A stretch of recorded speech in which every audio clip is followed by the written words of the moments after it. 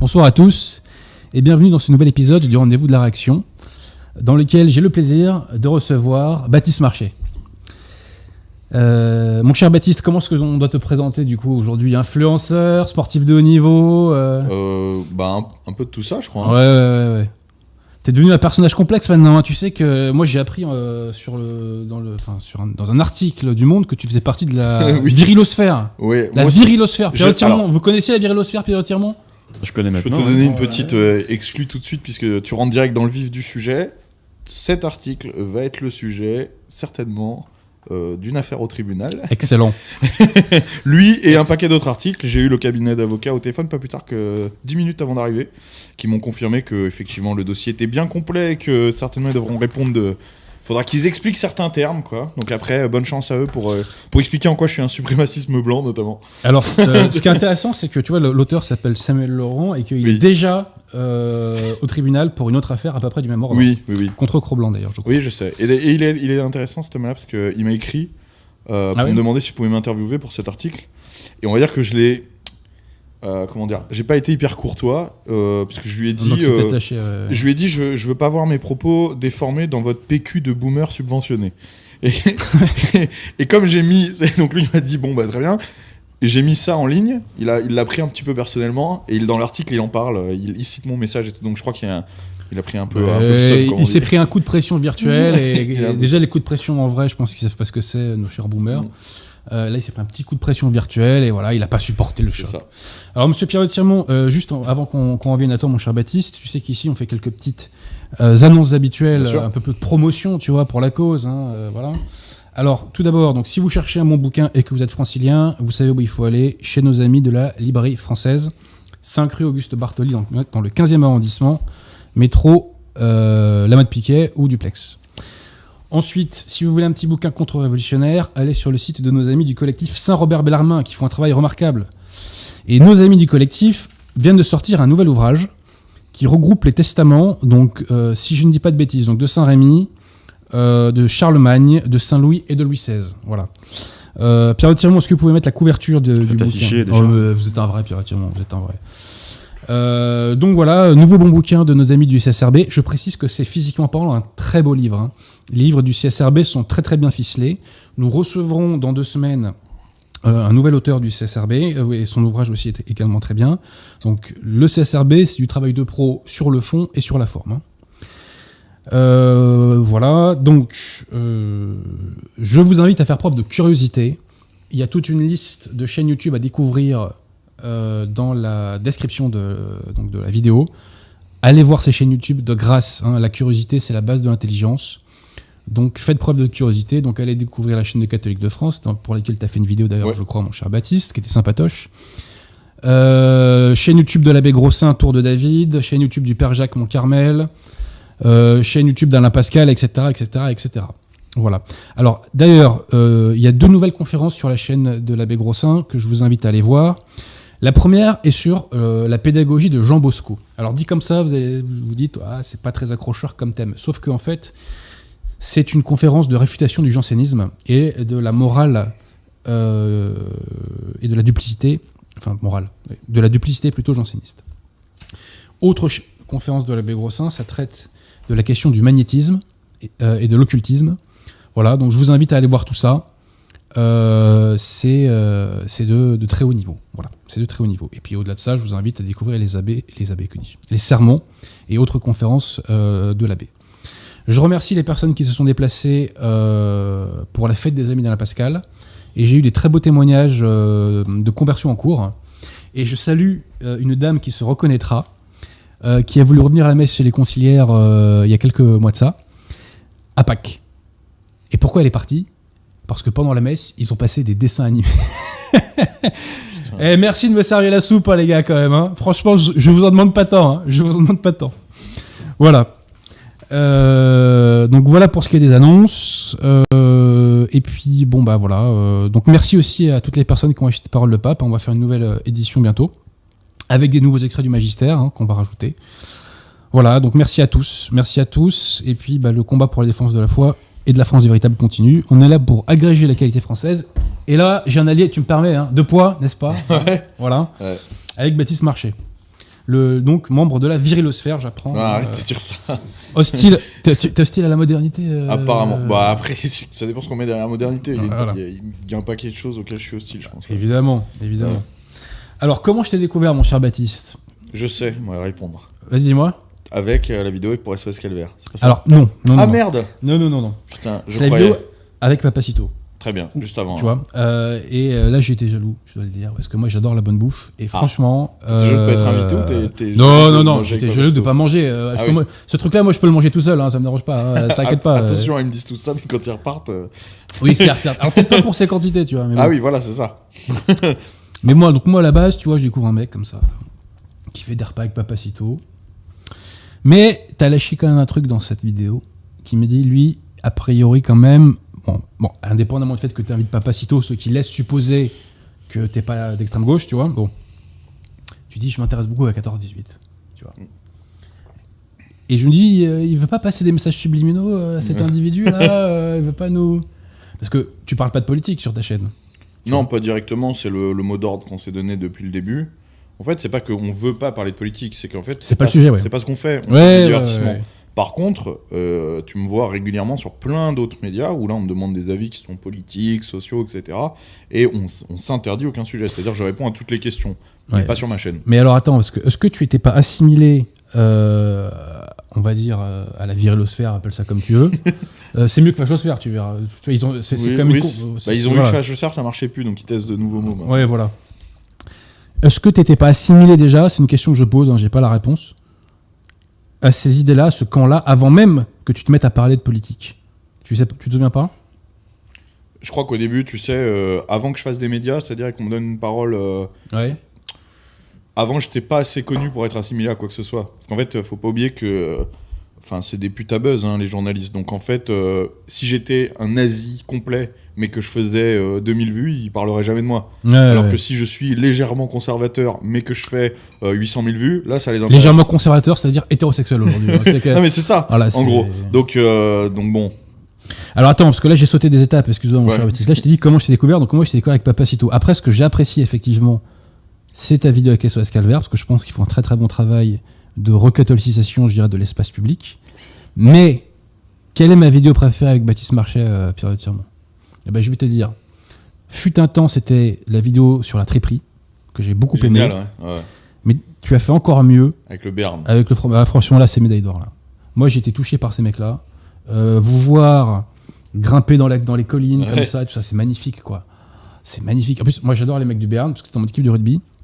Il y a beaucoup de Béarnais. D'accord. Et nous, on les confondait dans un premier temps avec les Basques, et ils supportaient pas ça, tu vois. Non, Et les mecs, ils avaient, on va parler poliment, ils avaient beaucoup de vertèbres.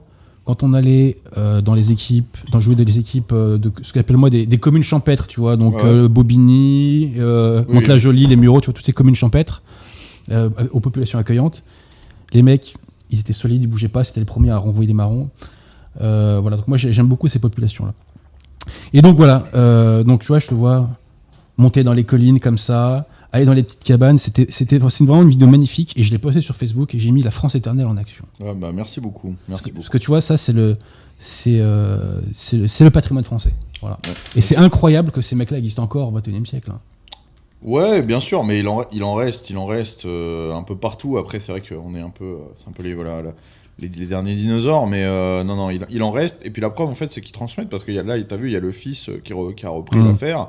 Et son fils reprendra sûrement, et donc peut-être que dans 20 ans, en fait, ils existeront encore. Donc il y a des choses qui sont immuables. Mais c'est vrai que je voulais rajouter un petit truc que les gens savent pas forcément. Et en fait, je me retrouve pas ici dans ton émission par hasard, parce que depuis la vidéo avec SOS Calvaire, depuis les débuts où tu m'as découvert, tu m'as apporté beaucoup de soutien. Alors ça, c'est des choses qui se passent derrière, entre guillemets, les caméras. Mais je voulais te remercier parce que tu m'as beaucoup aidé. Non, mais c'est vrai, tu m'as apporté un vrai soutien alors qu'on se connaissait pas forcément. C'est pour la cause. Pour la cause, je sais bien, mais donc comme quoi c'est honnête, tu vois, puisque tu mets pas à ce moment-là, il y avait pas de sentiments personnels entre nous deux là, c'était vraiment la cause et tu l'as servi plus que bien, donc je voulais te remercier. Mais il n'y a pas de quoi mon cher Baptiste. Alors attends, là j'ai pas commencé par la fin, mais on va dire que j'ai commencé par le milieu, mais d'abord explique-nous là, comment t'as été amené à faire cette chaîne, pourquoi tu t'es mis à faire de l'haltérophilie, d'où tu viens, etc. Ouais, bah c'est des raisons assez différentes chacune, hein, vas-y, t'as le temps là. pourquoi j'ai fait... Alors moi, ce que je fais, c'est du powerlifting. Donc c'est une discipline cousine de l'haltérophilie, de la force athlétique, ça s'appelle en français. J'ai fait ça parce que j'ai découvert ça assez jeune. Je pratiquais des sports de combat. J'étais... t'as vu, moi, je suis plutôt petit. J'étais, on va dire, fin, athlétique. J'étais pas maigrelet, hein, vraiment pas, mais j'étais assez fin, etc. Et en fait, c'est les conseils d'un kiné qui m'a dit fais un peu de muscu, pour les sports de combat, ça va t'aider, tout ça. Et en fait, en rentrant en salle de muscu, j'ai découvert tous les sports qui étaient liés à ça. Donc, les gens qui font du culturisme, les gens qui font de la muscu, les gens qui font tout plein de choses. Et la communauté des sports de force. Et en fait, ça a été la révélation. Je pense que ça rentrait en adéquation avec mon ADN, quoi. C'était ce que j'étais. Et voilà, c'était vraiment, c'était une révélation. Je pense que la révélation, c'est le mot le plus approprié parce que c'était une révélation. Et je me suis dit, mais c'est ça que je veux faire. Et ça, c'était il y a 13 ans. Et 13 ans plus tard, tu vois, je suis toujours extrêmement passionné. Et t'as gagné des titres? Oui, j'ai été 3 fois champion d'Europe. J'ai été plusieurs fois champion de France. Et je suis encore actuellement record de France de la catégorie. Et alors, moi, j'ai vu quelques petites images, notamment celle que tu montres. Il faut dire que Monsieur Baptiste Marchais, quand il fait une compétition, qu'est-ce qui a marqué? France. Quand même, hein. Ouais. Non, franchement, chapeau. International. Hein. Ouais, écoute. Mais tu sais, en 2013, j'ai fait ma première compétition internationale au Portugal. J'ai été champion d'Europe junior. Chapeau. Donc à l'époque, j'avais, je sais plus, peut-être 19 ans, quelque chose comme ça. Et en fait, je suis monté sur le podium. Il y a eu la Marseillaise, les Français du public qui se sont levés. Et je me suis dit, ok, mais en fait, d'accord, on est là pour ça, tu vois. Tu vois, ça a été la deuxième révélation, entre guillemets. Et je me suis dit, non, mais tout ça pour ça. J'ai bien compris, tu vois, ce que ça voulait dire. Et c'est vrai qu'à partir de ce moment-là, j'ai mis un point d'honneur à essayer de faire des compétitions à l'international. C'était aussi le point de vue de mon ancien coach, qui a été vraiment mon mentor et qui concourait énormément à l'international. C'est un Français, ton coach? C'est un Français, ouais, mon ancien coach, mon ancien préparateur. Maintenant, je suis préparé par un Américain. Mais mon mentor, on va dire celui qui m'a vraiment mis dans ce sport, qui m'a donné toutes les clés, c'est Didier Michelon. C'est un mec qui a été plus de 30 fois champion du monde. Ce nom, en plus, il tue. Oui. C'est un Auvergnat, pure souche. C'est le fils de légionnaire. Michelin. Hein. non, Michelin, qui sont des oligarques catholiques, hein, qui ont financé des abbayes, etc. Donc, dédicace à la famille Michelin. Dernière société qui produit... en France, français, et qui marche dans le monde entier. Oui, tout à fait. Ça cartonne. Donc, t'es un champion dans ton domaine. Quand on est champion d'Europe, je pense qu'on peut le dire quand même. Hein. C'est pas de tirer les pompes que de dire ça. C'est gentil. Ouais. Et donc, ta chaîne a moins d'1 an, là. Ouais, elle a 9 mois, elle va sur son 10e mois, là. Et à la base, c'était juste pour parler de sport? Sauf que... Alors non, c'était pas juste pour parler de sport. Ouais. Ce qui s'est passé, c'est que moi, je produisais du contenu. J'étais connu dans le microcosme de mon sport. Voilà. Dans ce milieu-là, j'étais déjà connu, entre guillemets, par mes titres ou quoi, par mes capacités. Et je proposais un contenu sur Instagram qui était diversifié, puisque je mettais du sport, mais aussi pas mal de ce qu'on appelle du lifestyle, donc de l'art de vivre, quoi. Et ça marchait bien, ça prenait bien. À côté de ça, moi, tu sais, j'ai été videur de boîte de nuit pendant des années. Pour financer ma carrière sportive. T'empêcher les Français de souche qui foutent la merde de rentrer Exactement. dans les... Voilà, c'est Français de souche, faut les calmer. Et du coup, j'ai cherché un moyen de m'extraire, tu vois, de ça, parce que j'en pouvais plus de ce boulot. Il fallait que financièrement, je sois autonome pour continuer à financer ma carrière. Donc j'ai ouvert une société de préparation. Je me suis formé à la préparation physique et notamment spécialisé dans mon sport. Je me suis formé aux États-Unis et j'ai ouvert une société de coaching en ligne et puis de cours particuliers de développé couché, tout ça, qui marchait justement avec la vitrine qui était mon Instagram. Et donc j'avais une clientèle qui était issue du milieu du sport. Et je me suis dit, bon, attends, mais ça marche pas mal sur Insta. J'ai un beau taux de conversion. Pourtant, je ne présente pas que du sport. Donc je vais essayer de présenter la même chose sur YouTube, donc avec un meilleur écran, c'est-à-dire le même fond, mais meilleure forme. Et puis avec un peu de chance, ça va élargir mon audience et donc ma clientèle. C'était vraiment, à la base, c'était la visée du projet. Je pourrais montrer un jour, hein, je pense, le business plan que j'avais fait au départ. C'est assez ridicule par rapport aux résultats d'aujourd'hui, quoi, parce qu'on s'y attendait pas du tout. Donc j'ai pris un crédit à la banque pour travailler directement avec une prod professionnelle, parce que je savais que sur YouTube, il n'y avait pas trop de place pour la t'étais motivé quand même. Hein. Moi, j'ai l'esprit entrepreneurial, tu vois. Donc j'ai vu les choses de façon business.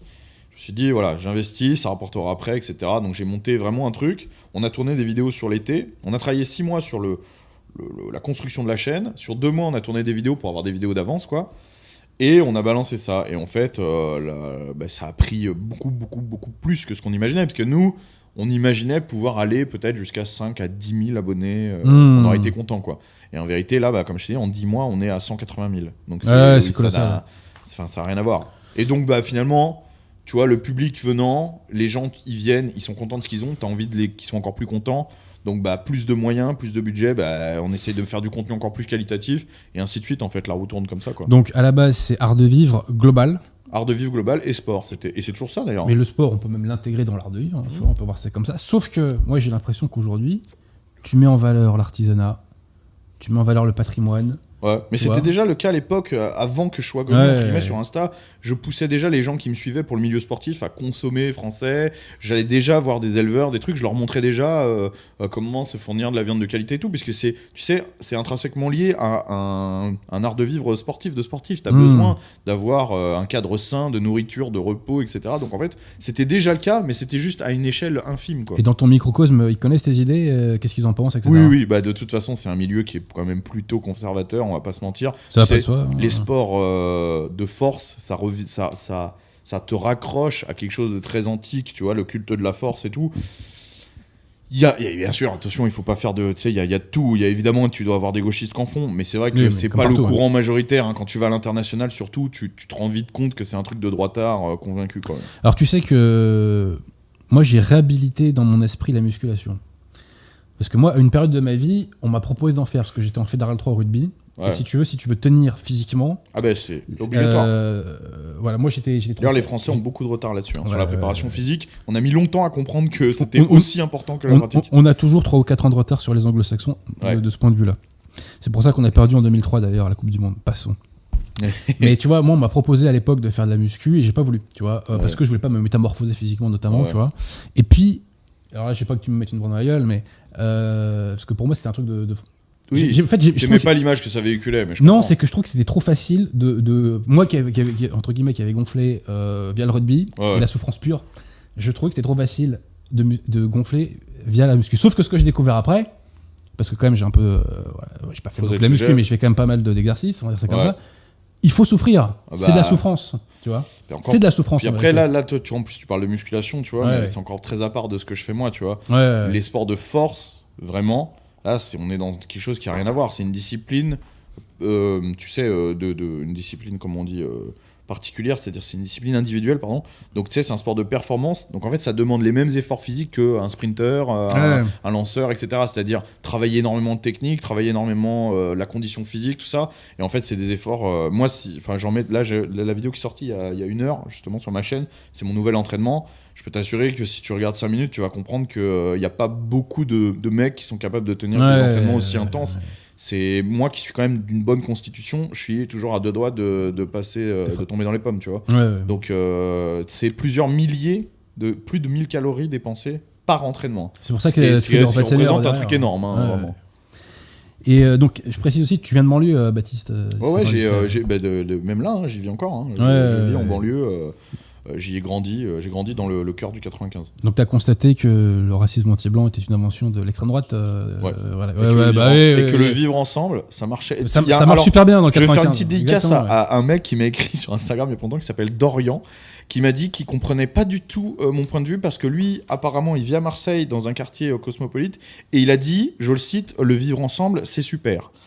C'est pas un troll, donc le mec il croit vraiment. Alors déni de réalité ou je sais pas, mais alors en tout cas peut-être que là où il habite à Marne-la-Coquette, c'est très bien vivre ensemble. À Sceaux, c'est très bien aussi le vivre ensemble.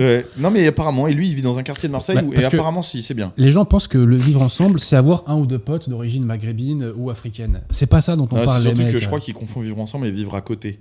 C'est-à-dire qu'il vit à côté. Exact. Il vit pas ensemble. Exact.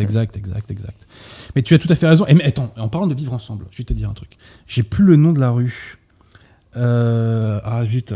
Mais il y avait un bar à Paris qui s'appelait, peut-être qu'il existe encore, qui s'appelait le Vivre Ensemble. Et c'est dans une rue où il y a quasiment que des Africains. Voilà. Et ce qui est fascinant, c'est que les seuls blancs de cette rue, ils étaient dans le bar qui s'appelle le Vivre Ensemble, si tu veux. Génial. Ah non, mais c'était rue Bourdoul. Ah, j'ai oublié le nom. Mais ça se retrouve. Parce que d'ailleurs, c'est pas loin de Barbès. Les véritables Africains, moi j'ai travaillé beaucoup de vrais Africains, c'est quand je te dis un vrai Africain, c'est un Africain qui vient d'Afrique, pas un produit de plusieurs générations d'origine africaine. Les vrais Africains, ils croient absolument pas au vivre ensemble, ils sont très... Là-dessus, ils ont bien compris que c'était pas possible. Alors d'un autre côté, ils viennent là, tu me diras, Mais ils viennent ici pas pour vivre ensemble. Oui, ils viennent ici pour vivre avec leurs semblables. Pour faire leur vie. Voilà. Et les délires de la gauche, ils en ont rien à secouer. Exactement. Tout simplement. Ça, ouais. Parce que déjà, dans leur propre pays, des fois, pas dans tous les pays, mais dans un certain nombre d'entre eux, ça castagne. Alors que, petite parenthèse, ils ont la même couleur de peau et parfois même la même religion. Mais ils s'en branlent. D'ailleurs, il n'y a que des blancs pour croire que. Mais d'ailleurs, c'est très raciste comme conception. De penser qu'un Africain, c'est une identité en soi. C'est très raciste comme conception parce que l'Afrique, c'est encore plus que l'Europe, un continent qui est très très très divisé. Alors, je suis pas bien sûr un grand spécialiste. Moi, j'ai été un petit peu en Afrique. Donc j'ai quand même vu un petit peu, c'est quand même très divisé au niveau ethnique, au niveau religieux, au niveau coutume, etc. Et eux, leur réponse à la différence, c'est très souvent la guerre d'ailleurs. Donc c'est vrai que quand ils arrivent ici et qu'on leur dit oui, mais l'unité noire, tout ça, ou les côtés Black Lives Matter, en fait, ils s'en branlent parce que pour eux, le mec d'en face, il a beau habiter à 20 km, c'est un étranger total, quoi. Ouais, bah évidemment. Ouais. Alors, donc tu viens devant l'UE et tu finis quand même par manger avec Jean-Marie Bigard. Moi je suis impressionné là. C'est-à-dire que là il y a vraiment des stars du show business là, qui viennent dans ton émission là. Bah tant mieux, il y en aura d'autres. Hein. Bah j'espère. Il y a un repas de senior qui arrive en juillet. Je vais pas dévoiler l'invité. Non, te le demande pas. Mais c'est du haut de gamme. Christian Clavier ? Non. Ah là là, dommage. C'est du haut de gamme. Non mais je te fais confiance, mais pourquoi je m'attarde sur ce détail ?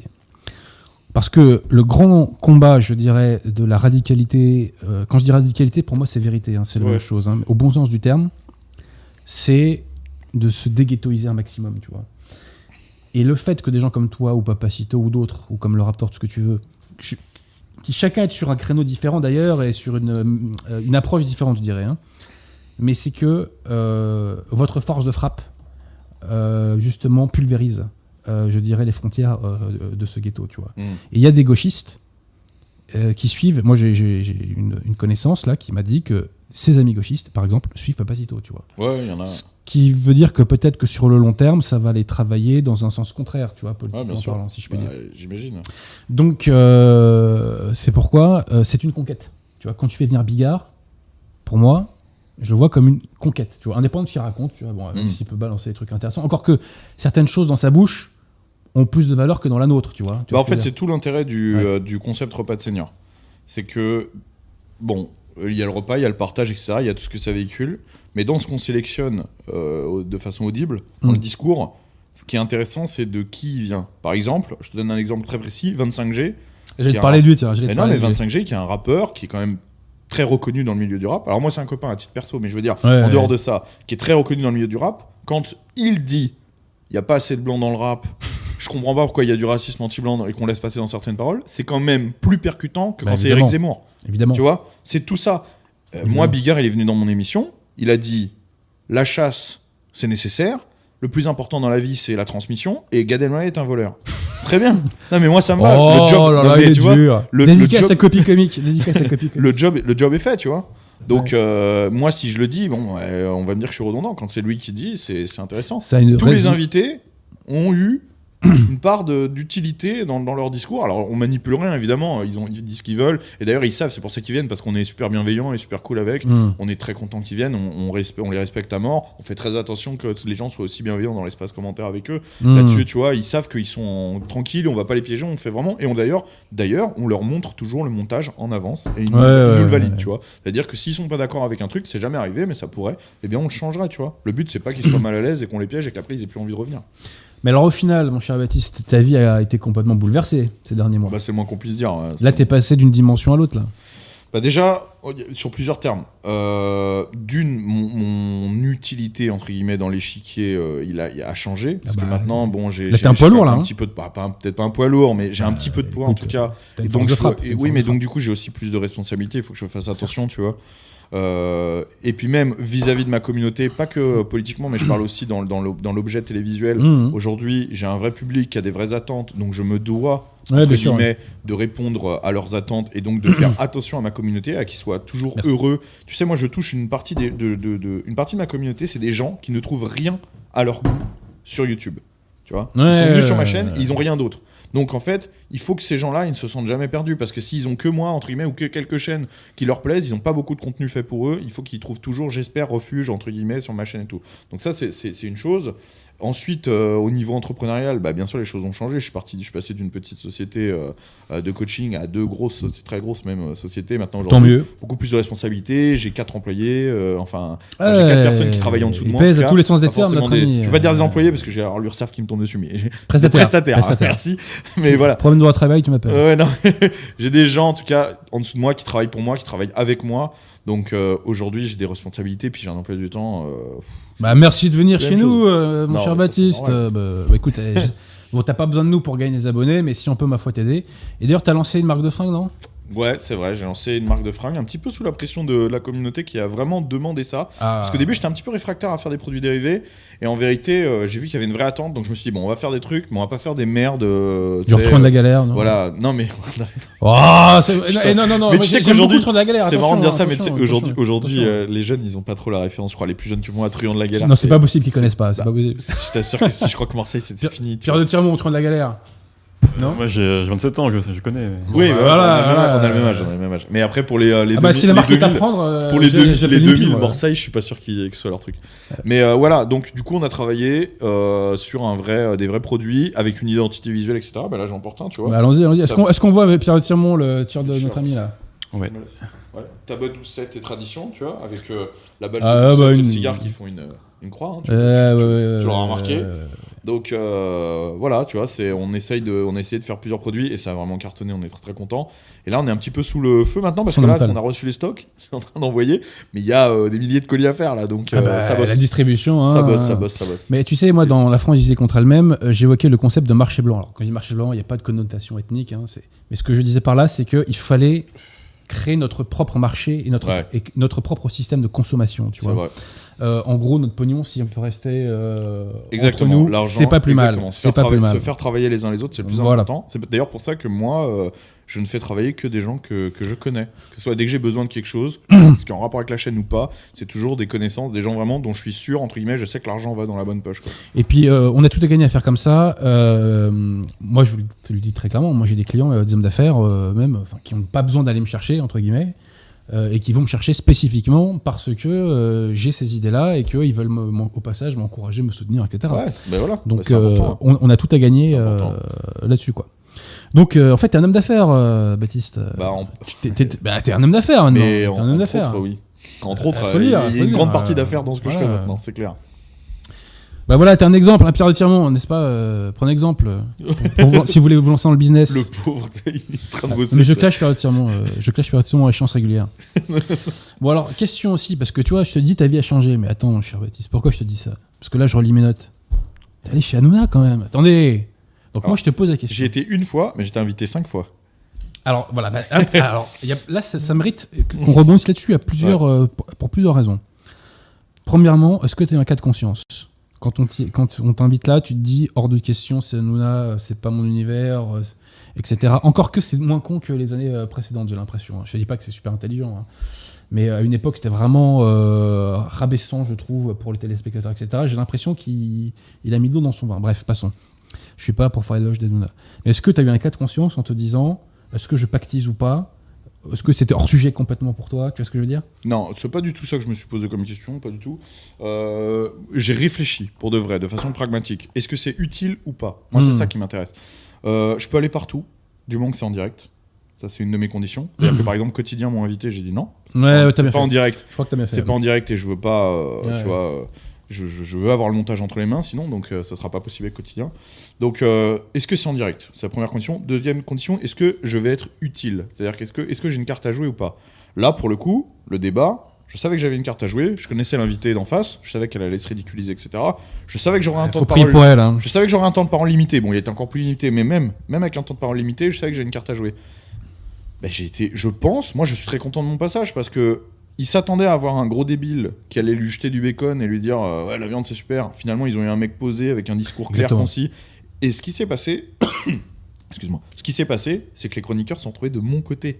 C'est quand même incroyable. C'est-à-dire que Gilles Verdès, tous là, à part Delphine Vespizer, un gauchiste, mais tous fanatique. Quand des mecs comme nous vont là-bas, tu t'attends à voir tout le monde en face de toi. Et elle était tellement exécrable, et moi, posé et rationnel, que finalement, en fait, de par le fait, ils se sont retrouvés de mon côté. Et d'ailleurs, ils sont tous venus me saluer à la fin de l'émission. Ce que tu dis, c'est fondamental. Pourquoi ? Parce que on a un système qui nous est hostile, qui est hostile à nos idées, et certains disent on peut rien faire, etc. C'est faux, on peut faire beaucoup de choses, mais il y a une condition pour faire beaucoup de choses. Et là, tu l'as incarné peut-être sans le réfléchir comme ça, mais c'est quand on n'est pas la caricature que le système attend qu'on soit, là... On les baise. Voilà, pour parler poliment, n'est-ce pas ? Voilà. Mais il y a plein de gens qui m'ont dit voilà, là, t'es un traître, tu vas chez Hanouna, blablabla. Enfin, les gens qui réfléchissent pas. Des gens qui parlent sous pseudo, etc. Oui, qui font moins cliché, je pense, en vrai. Je pense, dans la vraie vie. Je sais pas pourquoi, mais. Oui, on pourra en parler si tu veux tout à l'heure, c'est assez drôle. Mais en vérité, il y a aussi des gens, je crois que les gens comprennent pas que moi, mon but, ce n'est pas de parler qu'à des gens déjà convaincus. Évidemment. On se parle tous les uns les autres, mais en fait, si je t'appelle tous les jours pour te donner mes idées, je t'apprends rien en fait. Toi, t'es déjà convaincu, tu vois, donc ça m'intéresse peu, tu vois. Je vais te citer un truc très concret. Chez Cyril Hanouna, touche pas à mon poste, on parle vraiment de cette émission. Ok. Lors des dernières présidentielles, ils ont fait un petit test dans l'émission, moi je m'en rappelle très bien. Tous les jours, ils faisaient un scrutin. Tu sais, dans l'urne, pour savoir pour qui les gens avaient voté, anonyme, tu vois. Je parle du public présent sur le plateau. Donc là, c'est pas juste les téléspectateurs. C'est vraiment le cœur de... Les gens qui viennent. Les gens qui viennent jusque sur le plateau, c'est vraiment les fans, tu vois. Et ben, à ce moment-là, Cyril, il faisait campagne pour Jean-Luc Mélenchon. Tu sais, il l'invitait tout le temps, etc. Ouais. Donc, premier des scores, Jean-Luc Mélenchon. Pas de surprise. Mais deuxième, Marine Le Pen. Ouais, Tous les jours. Tous les jours, il y avait 20% du public, 18-17%, qui votait Marine Le Pen, présent sur le plateau, tu vois. Donc, sur 2 millions de téléspectateurs qui faisaient tous les soirs, bon, maintenant ils font beaucoup moins, mais à l'époque, ça veut dire quand même, si on prend le même pourcentage, et encore, ça se trouve, c'est même plus, parce que là, dans les gens qui regardent à la télé, ça se trouve, ils sont moins, tu vois, moins chelous que les mecs qui viennent sur place. Ça se trouve, il y a une énorme proportion de gens qui sont entre guillemets convertibles, tu vois. Bah évidemment. Donc quand on me dit tu vas chez Hanouna, mais tu parles pas qu'à des gauchistes quand tu vas chez Hanouna, tu parles à plein de Français. Et sur ce sujet-là, sur le sujet de l'abattage, des abattoirs, etc., c'est un sujet où on peut convaincre, parce qu'il y a beaucoup de gens qui sont pas instruits sur le sujet, ce que je comprends, tout le monde peut pas se passionner pour la filière de la viande. Donc il y a des gens, ils voient les images de la 114, ils voient le discours des véganes, et ils sont dubitatifs. Et tu le sais mieux que moi, dans un débat, on n'essaie pas de convaincre la personne avec qui on débat, on essaie de convaincre les gens qui l'écoutent. C'est pour ça que c'est toujours important de débattre en public, ça c'est un petit conseil que je donne aux auditeurs, quand vous êtes en soirée, etc. Ne vous enfermez pas dans une pièce ou quoi pour débattre avec une personne, ça sert à rien. Parce que la personne, vous la convaincrez jamais, elle vous convaincra pas, sauf cas exceptionnel. Par contre, tous les gens autour qui n'ont pas un avis fondé, ils vont voir qui gagne le débat, et eux ils seront convaincus. Donc là, moi je trouvais l'exercice intéressant, et je pense que c'est réussi. Il y a d'autres invitations qui m'ont fait sur des sujets où pour moi il n'y a personne à convaincre, où j'ai dit non. Et après, il y a eu une invitation, par contre, que je regrette d'avoir dit non, mais je ne pouvais pas faire autrement. C'était parce qu'ils m'ont invité pour être en face de Yann Moix pour parler des transsexuels dans le sport. Là, pour le coup, c'était du pain béni, parce que, entre guillemets, moi, je suis sportif de niveau, je suis dans le milieu du sport depuis des années. Yann Moix, je pense que c'est le sport, c'est il s'en fait une vague idée. Ouais. Les dimorphismes sexuels, etc., notamment liés au sport, c'est quelque chose que je maîtrise énormément, donc je savais que je pouvais le pulvériser. Mais j'avais une soirée de prévue avec Papacito et Christopher Lann. Les copains, ça passe. Il y a des priorités quand même. Les copains, ça passe avant pour de vrai. Ils faisaient le trajet depuis Toulouse. Papacito, Christopher faisait le trajet depuis la Bretagne. Ils devaient dormir chez moi, tout. J'allais pas leur dire, bah non, finalement, les gars, rentrez chez vous. Je vais passer la soirée de moi. Je vais chez Hanouna. Parce qu'il faut pas oublier que Hanouna, c'est une émission quotidienne. Ils t'appellent le jour même, tu sais. Donc voilà. Donc c'est pour ça que j'ai dit non. Mais c'est l'autre débat que j'aurais pu faire et où je pense qu'on aurait pu rigoler un peu. Écoute, ils te rappelleront. Et je vais te dire pourquoi ils te rappelleront. Ils m'ont rappelé déjà pas mal de fois. Bah voilà. Et pourquoi d'autres t'appelleront alors ? Parce que dans mon bouquin La gauche est une maladie mentale, j'explique que le clivage gauche-droite aujourd'hui, pas dans l'échiquier politique, mais le vrai, j'entends la fracture qui nous oppose au camp de la Révolution, c'est que c'est le monde en face subventionné versus le monde de la vitalité. Nous sommes la vitalité française. En face, c'est le monde du pognon et des subventions. Tu vois. Le talent, il est chez nous. Quel équivalent de gauche de Baptiste Marchais, de Papacito, de Radio Athéna, de TV Liberté, de F de Souche, etc. Il n'y en a pas. Il y en a pas. Tout le monde de la gauche est sous perfusion de subventions. Tu vois, oui. Tous les médias, etc. De subventions, soit de l'État, d'ailleurs, soit de l'oligarchie. Donc nous, on est la vitalité. Et pourquoi je vois d'un très bon signe le fait qu'ils t'invitent toi, qu'ils invitent Papacito, qu'ils avaient invité, je crois, Thaïs Descuffon, etc. Ouais. Pourquoi c'est un bon signe, ça ? Parce que ça prouve que la vitalité, elle est chez nous. et qu'à terme, on va les dévorer parce qu'ils seront morts, tout simplement, ils seront plus là. On a la vitalité avec nous. Voilà. En face, il n'y a pas d'équivalent. Il y a Usul, mais bon, Usul, c'est autre chose, quoi. Il est subventionné de ouf, parce qu'il est chez Mediapart. Donc, Et c'est le monde subventionné. Moi, j'attends le mec de gauche qui a du talent. Dans le passé, il y avait des mecs de gauche qui ont du talent. Hein. Bon, Émile Zola, évidemment. Voilà. Mais aujourd'hui, c'est un monde qui est complètement mort, quoi. Tu vois ? Ouais, bien sûr. Et puis, tu sais, ils sont en dehors des règles, entre guillemets. C'est marrant parce qu'ils sont, du coup, un petit peu en dehors des règles du marché. C'est-à-dire que quand tu produis quelque chose, il faut trouver ton public, sinon tu meurs. En fait, eux, ils arrivent à produire un contenu dont personne ne veut et à survivre, du coup, comme tu dis, grâce aux subventions. Tandis que nous, en fait, on est tributaire de faire de la qualité. C'est-à-dire que moi, si demain je fais de la merde, ma chaîne, elle disparaît tout simplement. Tu es condamné au niveau, en fait. Exactement. Ouais. On a une épée au-dessus de la tête qu'ils n'auront jamais, quoi. Et bah, tant mieux pour nous finalement, parce que ça nous pousse à l'élitisme. Tout à fait. Et je prends un exemple, tu vois, que j'ai entendu dans Thinkerview. Ce serait pas mal qu'il t'invite d'ailleurs, le mec de Thinkerview. C'était de Denis Robert, donc, qui pendant longtemps a géré la chaîne YouTube Le Média. Tu sais, c'est le truc plus ou moins proche de Mélenchon, là, créé par Gérard Miller. Ouais. Okay. Et il expliquait que le coût mensuel de la chaîne YouTube Le Média, c'était de 100 000 euros. 100 000 euros. Donc, Radio Athéna, le coût mensuel, c'est 25 euros, je crois. T'es pas payé, donc. À peu près. Voilà, c'est ça. C'est 25 euros, voilà. Donc, on ne joue pas avec... Voilà, nous, on a des cure-dents, des chars d'assaut. Les coûts mensuels de ma chaîne, je peux le dire, hein, c'est entre 8 000 et 15 000 euros par mois. Ouais, mais toi, c'est ton pognon. Mais non, bien sûr. Mais c'est pour dire que les 100 000 euros... Je les comprends, entre guillemets, ça veut dire qu'ils ont une grosse équipe, etc. Quand tu vois ce que j'arrive à faire, alors je veux pas me lancer des fleurs, mais tu vois qualitativement ce qu'on peut faire avec 15 000 euros, t'imagines qu'avec 100 000 euros, tu peux produire du très très lourd. Hein, évidemment. Donc après, à eux d'en faire bon usage. Et le jour où on arrivera à arracher... Il y a des gens bien dans l'oligarchie. Il y a des milliardaires qui pensent comme nous. Il y a même un milliardaire, enfin il n'est pas milliardaire, un oligarque, Nanunakum. La vie est belle. Le jour où on arrivera à faire une jonction avec ces gens-là, mais on peut. Mais on y arrive. On peut, mais attention aussi. Le truc, c'est que il faut aussi être un petit peu critique avec soi-même. Il faut bosser. Il faut bosser. Chez nous, il n'y a pas que des bosseurs aussi, il faut le dire. C'est fondamental ce que tu dis. Voilà, il n'y a pas que des bosseurs aussi. Moi, on me dit comment t'as fait 180 000 abonnés, etc. Bah, je charbonne de fou, crois-moi. Hein. Pour produire une vidéo par semaine dans le genre de vidéo que je produis, il faut vraiment envoyer. Je fais beaucoup de médias. Pourquoi je dis oui, t'as vu un peu à tout le monde, etc. Bon, ça me fait faire des emplois du temps de ouf, mais c'est comme ça aussi que c'est intéressant et je les prépare tous, etc. Il y a plein de choses. Il y a la marque de fringues, il y a les coachings, tu vois. Tout ça petit à petit. Moi, j'ai 180 000 abonnés et je te dis, le coût de ma chaîne, c'est 15 000 euros. Ça veut dire qu'une chaîne à 1 million, tu vois, ou 2 millions, 100 000 euros par mois, pourquoi pas? Tu peux les générer. Hein. C'est faisable tout ça. Mais il faut bosser comme un ouf. Tu vois. Mais tu vas les générer. La différence, c'est que eux en face, ils le génèrent pas. Oui. Ce sont des gens qui leur donnent. Tu vois, mais il faut pas se. Mais tu as raison. Tout à fait d'accord. Mais il faut pas se mettre de barrière en disant ouais, mais nous on pourra jamais avoir ça parce qu'on n'a pas de subvention. Non, tout ça c'est faisable. Moi je joue la victoire. Hein. La différence, c'est à la sueur du front. Quoi. Tu sais, moi quand je rentrais sur le terrain de rugby, c'était pas pour me prendre une fessée. Hein. Pour gagner, ouais. Moi je joue la victoire. Hein. Je veux dire, c'est. Mais ça quand même, faut que je le dise aux auditeurs. Le travail, ça paye toujours. Et le travail et la rigueur, ça métamorphose votre vie. Voilà. Après, bon, c'est vrai qu'il faut aussi... il y a des gens qui doivent entendre ça et que je comprends qu'ils prennent le truc. C'est que là, on parle du travail vraiment dans cette sphère et tout. Après, bon... Mais même dans la vie... mais il y a beaucoup de Français qui ne sont pas rémunérés à hauteur de leur travail. Il faut le dire aussi aujourd'hui. On est d'accord. Voilà. On est d'accord. Mais il y a aussi beaucoup Moi, j'ai vécu des années là-dedans. Je sais ce que c'est. T'as des gens qui charbonnent, des pères ou des mères de famille qui charbonnent et qui gagnent à peine de quoi vivre. C'est scandaleux. C'est vrai qu'en France, le jeu est biaisé, tu vois, les dés sont pipés et finalement il n'y a pas de tu vois, il y a pas de corréfaction directe entre la dureté du travail et ce que tu gagnes. Il faut avoir une bonne étoile. Mais dans l'entrepreneuriat, en tout cas, il y a moyen, je pense. Oui, bien sûr. Bah écoute, t'en as la preuve, hein, je te tire pas les pompes, mais effectivement, moi tu vois, je suis avocat, ce qui m'intéresse c'est les pièces du dossier, tu vois. Bon, bah voilà.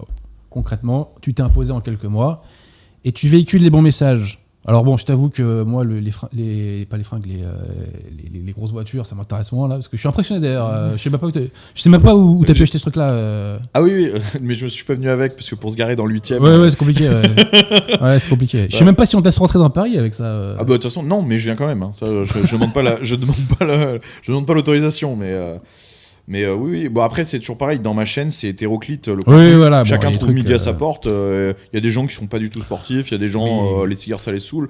Le contenu, il est assez diversifié pour qu'en ayant une par semaine, tu aies au moins une vidéo par mois, je pense qu'il peut te plaire. Tout à fait, voilà. Alors après, il y a des choses qui vous intéressent plus ou moins, qui sont plus ou moins sur votre sensibilité. Mais tu vois, avec SOS Calvaire, avec la chasse, avec le fromage, avec la triperie, c'est des bons messages qui sont envoyés. Et surtout, tu fais découvrir la France réelle. Tu vois, ouais, quand tu fais des saucisses là, tu vois, quand tu vois le boucher avec sa grosse barbe là, voilà, ça. William, mais ça fait du bien de voir des mecs comme ça. Ça c'est en plus, tu vois, ce mec-là, tu vois, c'est anodin comme ça. Bon, c'est un très bon pote à moi, mais je veux dire, c'est anodin. Tu le vois, boucher, grosse barbe et tout. Bah moi, ils sont pas comme ça, les bouchers autour de chez moi. C'est des mecs qui sont bouchés de père en fils depuis l'arrière-grand-père, boucherie familiale, de l'arrière-grand-père, puis du grand-père, donc l'arrière-grand-père, qui était boucher abattant, c'est-à-dire à l'époque où tu abattais les bêtes et tu faisais la boucherie avec, tu vois. Donc c'est des mecs de Granville, tu vois, de Normandie, qui sont descendus en Île-de-France. Il y a la vraie tradition bouchère, ils sont champions de France Label Rouge, donc les mecs travaillent vraiment super bien, ils travaillent avec des produits de haute qualité, en direct avec leurs éleveurs, ils font partie d'une petite coopérative, ils ont leur propre abattoir, pour pas passer par les filières dégueulasses et tout, donc tu vois, même ça, c'est une pièce du puzzle, mais ces mecs-là, ils représentent un truc, tu vois, une brique importante de la maison France, quoi. Mais exactement, et tu vois, ces mecs-là, c'est l'équivalent des fromagers Bernet, tu vois, et ça c'est fondamental. Et j'espère que tu vas, alors je sais pas ce que c'est ton emploi du temps, mais j'espère que tu vas continuer à nous montrer. Moi, quand je vois des mecs comme ça me met la patate, tu vois. Il y a plein de trucs comme ça. Et je vais te dire, tu sais quoi, ça me rappelle quand j'étais en senior au rugby. Parce que les mecs de mon équipe, c'était des gens comme ça, tu vois. C'était des gars qui montaient sur Paris et qui venaient de toutes ces régions. Et voilà, c'est formidable, quoi.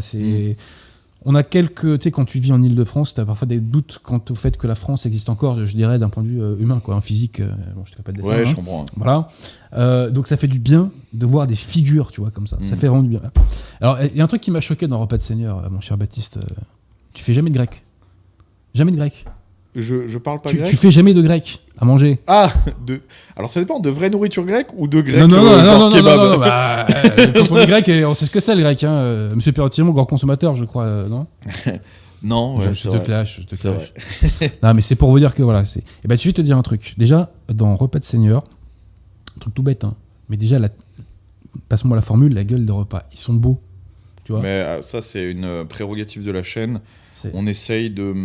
En fait, on a un objet visuel, on ne l'oublie pas. Et moi, je tiens toujours à l'emballage de la chaîne. C'est-à-dire qu'il y a du fond ou pas, parce qu'il y a des vidéos comme quand on expose des pastèques ou des trucs comme ça, il n'y a pas de fond, tu vois. Donc, il y a du fond ou pas. Mais en tout cas, ce que je veux toujours, c'est que l'écran et l'esthétisme soient travaillés. Et en fait, on a un sens de l'esthétique, qui n'est pas forcément celui de tout le monde, mais sur la chaîne, et on le bosse. Et tu vois, la vidéo du fromage, tu peux faire la même vidéo sans tout le côté esthétique, la pâte qu'on y a mis, tu vois.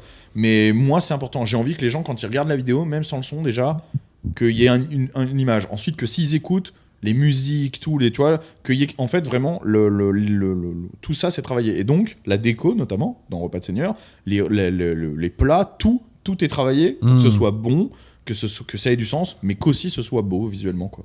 On essaye, après on ne réussit pas forcément, mais on essaye. Alors écoute, moi le meilleur entretien que j'ai vu de toi, ça n'engage que ma subjectivité, c'était à TV Liberté. Et je vais faire 3 citations de Baptiste Marché, que je valide. La grande majorité des Français méritent ce qui leur arrive. Les Français sont responsables de ce qui leur arrive. L'esclave qui dit oui est autant responsable que le maître. T'es pas trop dur avec les Français, Baptiste Martial Bild sort de score. Non, moi je pense que t'as parfaitement raison. Hein. Je pense que quand on vote comme des abrutis pendant un demi-siècle, au bout d'un moment, faut payer la facture. Il y a ça, et il y a aussi, il y a ça déjà, c'est vrai. Il y a ça, puis il y a les gens qui laissent passer, tu vois. Parce que au fond, c'est pas si mal. Entre guillemets, hein, c'est ce qu'ils disent. Hein. Donc ces gens-là, bah oui, ils méritent. Disons que... Mais ce n'est jamais la majorité qui fait l'histoire, surtout pas en France. Bien sûr. Donc en vérité, je sais que ça peut décourager beaucoup, notamment quand on est jeune. On se dit, mais attends, on n'est pas assez, on n'est pas... regarde tous ces moutons et tout. Je peux comprendre, hein, les jeunes de 18 ans, il arrive, il sort de l'éduc, il est perdu, il se dit, putain, mais je suis tout seul ou quoi? Déjà, il n'est pas tout seul. Et ensuite, il n'y a pas besoin qu'on soit si nombreux. Les révolutions, ça se fait avec un petit nombre, mais formé, organisé, déterminé. Ouais, tout se fait comme ça. Donc le nombre, on l'a. Maintenant, il reste à être formé et organisé. La victoire dans l'histoire appartient à l'action. Voilà. Ceux qui gagnent, c'est les gens qui agissent. Oui, la rue appartient à ceux qui descendent, c'est pas si fort. Bah écoute, je vais te dire, on la prend pas forcément dans la rue, hein, la victoire. Mais on se comprend, mais pour vous donner la formule, hein, c'est qu'en gros, la société, c'est comme une espèce de mode de beurre. Et ben nous, il faut qu'on ait une bille de métal qui perfore cette mode de beurre, même si on est beaucoup plus petit que cette mode de beurre. Voilà. Et bah, cette bille de métal, il faut qu'elle soit constituée de la France que nous aimons, de la vérité, de la foi, etc. D'ailleurs, tu te rapproches du bon Dieu. Enfin, t'es assez proche du bon Dieu, mon cher Baptiste, parce que je vois que t'as une petite croix là. Non, mais enfin, quand tu dis ça, on dirait que je suis presque mort, tu sais. T'es Mais proche, non, tu te rapproches du bon Dieu, tu vois. J'ai dit que t'étais Ouais, tu faisais partie de la vitalité française. Bah après ça, Allô. je suis catholique, ça fait partie entre guillemets de l'ADN Mentionsiar parce que j'ai pas créé de personnage, tu sais, pour la chaîne. Il y a des gens qui peuvent s'imaginer ça. Toi qui me parles, on parle de temps en temps dehors, etc. Où là, tu vois bien que bon, il y a pas de différence entre Baptiste sur la chaîne et hors de la chaîne. Ouais. Et donc, je suis catholique, ça fait partie de moi, donc ça transparaît forcément. Tout. Bah écoute, ma foi, moi je te dis très concrètement, vidéo sur SOS avec SOS Caver, c'est utile. Voilà. Et tu envoies le bon message, et il n'y a pas que des catholiques qui te suivent. Bien sûr. Donc très concrètement, quand ils voient des mecs qui posent des croix, peut-être qu'il y a une petite graine qui est semée dans l'esprit. Et puis tu vois, faut voir. Je vais te dire un truc. J'ai fait une interview il y a pas longtemps avec l'abbé Mathieu Raffray. Peu importe, je sais. Ouais, mais voilà. On se comprend. Ce que je veux dire, c'est que moi, je sais pourquoi je l'ai fait. Ouais. Tout à l'heure, j'ai eu au téléphone, il m'a dit, suite à l'interview, j'ai eu plus de 200 messages d'athées, ou en tout cas de catholiques non pratiquants, qui lui ont demandé de se rapprocher d'une messe traditionnelle, ou truc, tu vois. C'est fondamental. Hein. C'est déjà énorme en vrai. Sur 90 000 vues, 200 personnes qui sont passées à l'action au point d'écrire un message. Il y a les gens qui ont fait de leur côté, il y a les gens, tu vois. Ça veut dire qu'il y a un certain nombre pour qui ça a eu un impact concret. Ouais. C'est l'expression de cette vitalité, tu vois, que nous déplaçons. Alors, Monsieur Pierre-Tirmont, est-ce qu'il y a des questions pour Baptiste ? Oui, alors déjà, on peut remercier Anne-Marie Longo pour son don et Bruno Merci Guillot. Anne-Marie Longo qui donne souvent. Ouais, Bruno Guillot qui fait un don en slotty. Bruno Guillon, putain. Je fais ça. Pas Guizelle, mais... J'aimerais que ce soit lui. Qui demande si les tatouages sont autorisés par l'église et si Baptiste jeûne le vendredi. Je sais pas, il n'y a pas la réponse dans ton livre. Alors écoute, non, il n'y a pas la réponse dans Parole de Pape, mais je ne la connais pas. Moi, je la connais parce que je me suis posé beaucoup la question. Alors, il y a un pape, justement, qui s'est exprimé à l'encontre des tatouages. C'était au 7e siècle. Donc, il s'est passé du... Je ne savais même pas que ça existait au 7e siècle. Il s'est passé du chemin depuis. En fait, les tatouages, ça existe depuis l'Antiquité. Mais à contrario, il y a d'autres qui se sont exprimés pour. Donc en fait, l'Église du coup n'a jamais tranché véritablement. C'est pas une question de foi de toute façon. Voilà, sur les tatouages. Il y a aussi un groupe de sœurs qui se tatouent. Alors je vais dire peut-être une bêtise, mais je crois que c'est une branche des carmélites, etc. Et qui n'existe plus, en tout cas, qui se tatouaient les mains, voilà, donc dans leur rite religieux et qui étaient associés au catholicisme, hein, pas un truc bizarre. Ouais. Voilà. Donc, je crois qu'en fait, moi, ma réponse perso, j'ai déjà demandé à plusieurs abbés, hein, ils me disent tous, ça dépend de ce que tu mets dessus, quoi, tout simplement. Faut pas oublier qu'un tatouage, c'est aussi une souffrance pour l'avoir. Donc, finalement, c'est une souffrance, c'est une marque que tu portes à vie. Tu vois, par ce signe, tu vaincras, on connaît l'adage. Moi, quand je mets la croix de Jérusalem ou Saint-Michel, etc., c'est 8 heures de souffrance pour l'avoir. Et derrière, c'est une expression aussi à la face du monde. Donc, je pense que pour moi, je considère en tout cas pas comme un acte anticlérical. Alors, tu sais que ma mamie, que j'aimais beaucoup, non, pas du tout, mais elle lisait Télé 7 jours. Un jour, j'ouvre un Télé 7 jours. Alors, tu me dis, pourquoi je te parle de Télé 7 jours ? C'était une jeune fille qui témoignait d'un tatouage qu'avait fait son compagnon. C'était une surprise. Et donc un jour, elle découvre son compagnon torse nu qui s'était tatoué quelque chose sur le pectoral. Et qu'est-ce que c'était ? C'était la tête de Coluche avec marqué au-dessus « Enfoiré ». J'ai été traumatisé à vie par ce truc. Après, ça, c'est une question de mauvais goût, tu vois. Ah, mais ça abuse de gueule déjà. Oui, voilà, tu fais ce que tu veux. Hein. Bref. Bon, après, moi, tu sais, je suis quand même partisan de la liberté. Hein, c'est-à-dire que des fois, on s'imagine... Ça, c'est personnel, hein, on a tous des points de vue différents. Moi, je pense que la liberté, c'est extrêmement important. Et pourquoi je prêche souvent pour de l'autorité, un régime autoritaire et tout, c'est pas justement pour aller en contre de ça. Au contraire, c'est pour être garant des libertés. Garant du cadre. Les Français, il faut les laisser vivre un petit peu aujourd'hui. C'est terrible parce qu'on n'a jamais eu un gouvernement aussi mou, mais il n'y a jamais eu autant de restrictions pour les Français. On peut rien faire dans ce pays. Donc à un moment, faut arrêter de casser les couilles aux gens pour rien. Si les gens sont de bonne foi, des gens actifs, bien de notre côté, etc., allez pas les emmerder parce qu'ils ont un tatouage, ils font ce qu'ils veulent, putain. Et je précise un truc, c'est que mot pour mot, Pascal Praud, sur CNews, a dit ils veulent nous imposer une dictature sanitaire. Là, récemment, mot pour mot, il a dit... Pascal Praud, de toute façon, je crois qu'il se lâche de plus en plus. Alors moi, j'ai une anecdote. Il est en train de petit à petit, il perd tous les repères. Il voit bien que de toute façon, c'est foutu. Il est considéré comme un fasciste maintenant, donc il se dit, bah, foutu pour foutu, je me lâche pas. Moi, j'ai une anecdote avec Pascal Praud, c'est que j'ai un ami qui avait une librairie, alors pas une librairie marquée à droite, hein, une librairie normale, mainstream, on va dire, dans une très très belle rue de Paris. Et pour le soutenir, des fois, j'allais lui acheter un bouquin et je sortais de mon cabinet et j'allais lui acheter un bouquin, tu vois. Alors que la librairie était fermée. Je suis dans sa librairie, elle est fermée, donc voilà. Et il y a quelqu'un qui frappe comme ça. Et c'est Pascal Praud qui était un habitué de cette librairie. Il arrive et il dit mais c'est une librairie d'extrême droite ici. Il dit ça en rigolant, hein, tu vois. Et moi, je réponds ouais. C'était une blague, hein, on se détend, voilà. Et j'ai un peu parlé avec lui. De mémoire, on a parlé de cheval. Et de Normandie, je sais plus. Il était agréable alors. Oui, voilà. Bon, après, des fois, il fait des concessions au système, hein, voilà. Mais de là où il est. On n'a pas dit que c'était le nouveau Mussolini, hein, mais en tout cas, il est de cause. Je pense il a prononcé cette phrase sur CNews à grande écoute. À son échelle, il est utile. Hein. Bah évidemment. C'est toujours ça, en fait. Faut voir chaque pion avancer, c'est un pion avancé. C'est pas Saint Thomas d'Aquin, mais à bout d'un moment, tu vois, ceux qui font semblant de pas comprendre sont fatigants, quoi. Tu vois ce que je veux dire ? Tu sais, dans les groupes d'intervention, le RAID, les forces spéciales, etc. Il y a une métaphore qui est la métaphore du robinet. Okay, en fait, quand ils pénètrent dans un bâtiment, tu sais, c'est de l'eau qui rentre et il faut que ça soit fluide et petit à petit. Et en fait, chaque terrain gagné est un terrain gagné. Ça veut dire qu'en fait, une fois qu'une pièce est rentrée sécurisée, etc., c'est pour toujours. On recule jamais, etc. C'est pour ça que quand tu rentres dans une pièce, tu fais un crochet, tu vérifies que le terrain soit bon, etc. Et sinon, si c'est pas le cas, tu ressors, tu traites la menace et tu re-rentres. Okay, si c'est le cas, c'est gagné. C'est-à-dire on sécurise. Chaque pion avancé est un pion avancé. Pascal Praud, il avance des pions, même un tout petit peu, même par-ci par-là, c'est gagné tout ça. Je suis d'accord avec toi. Et à nous de créer, je dirais, un climat moral de plus en plus propice à nos idées, parce que tu vois, pourquoi c'est important qu'on fasse aussi du chiffre ? C'est que ça décomplexe les gens qui pensent comme nous, mais qui n'osent pas le dire, tu vois. Oui. Et si on peut permettre aux décomplexés de s'exprimer davantage... décomplexé, c'est l'adjectif que j'utilise quand on me demande de décrire la chaîne. C'est l'adjectif qui représente le plus. Sur ma chaîne, je ne revendique rien, mais j'assume tout. La différence, elle est là. C'est comme tu dis, t'es catholique, oui. Je revendique pas de catholicisme, etc. Je suis pas en train de prêcher à croisade. Non, mais tu l'incarnes. Mais je l'assume. Je suis catholique, oui. Mais oui, ça se voit à l'image. Bah oui, c'est ce que je suis. Assumer tout. Et être assumé pour un homme, c'est être décomplexé, parce qu'aujourd'hui, les hommes notamment, c'est beaucoup les hommes, et je parle pour eux parce que forcément c'est plus facile pour moi de l'incarner, les hommes français, et notamment les jeunes hommes, sont extrêmement complexés. Faut les comprendre, hein. Tout est fait pour ça, tu vois. Ouais. Décomplexer les gens, comme tu dis, ce serait un grand pas de début. Et c'est un cercle vertueux, hein, puisque voilà, hein, c'est comme des dominos qui s'enchaînent. D'autres questions, Pierre Tirmont, pour Baptiste là ? La question, c'était par rapport aux jeunes, vu que tu fais du sport, est-ce que tu jeûnes pour le carême ou est-ce que tu peux pas te le permettre ? Non, alors j'ai demandé aussi tout ça. Alors, vous savez, moi je prends rarement des décisions religieuses sans avoir un conseil.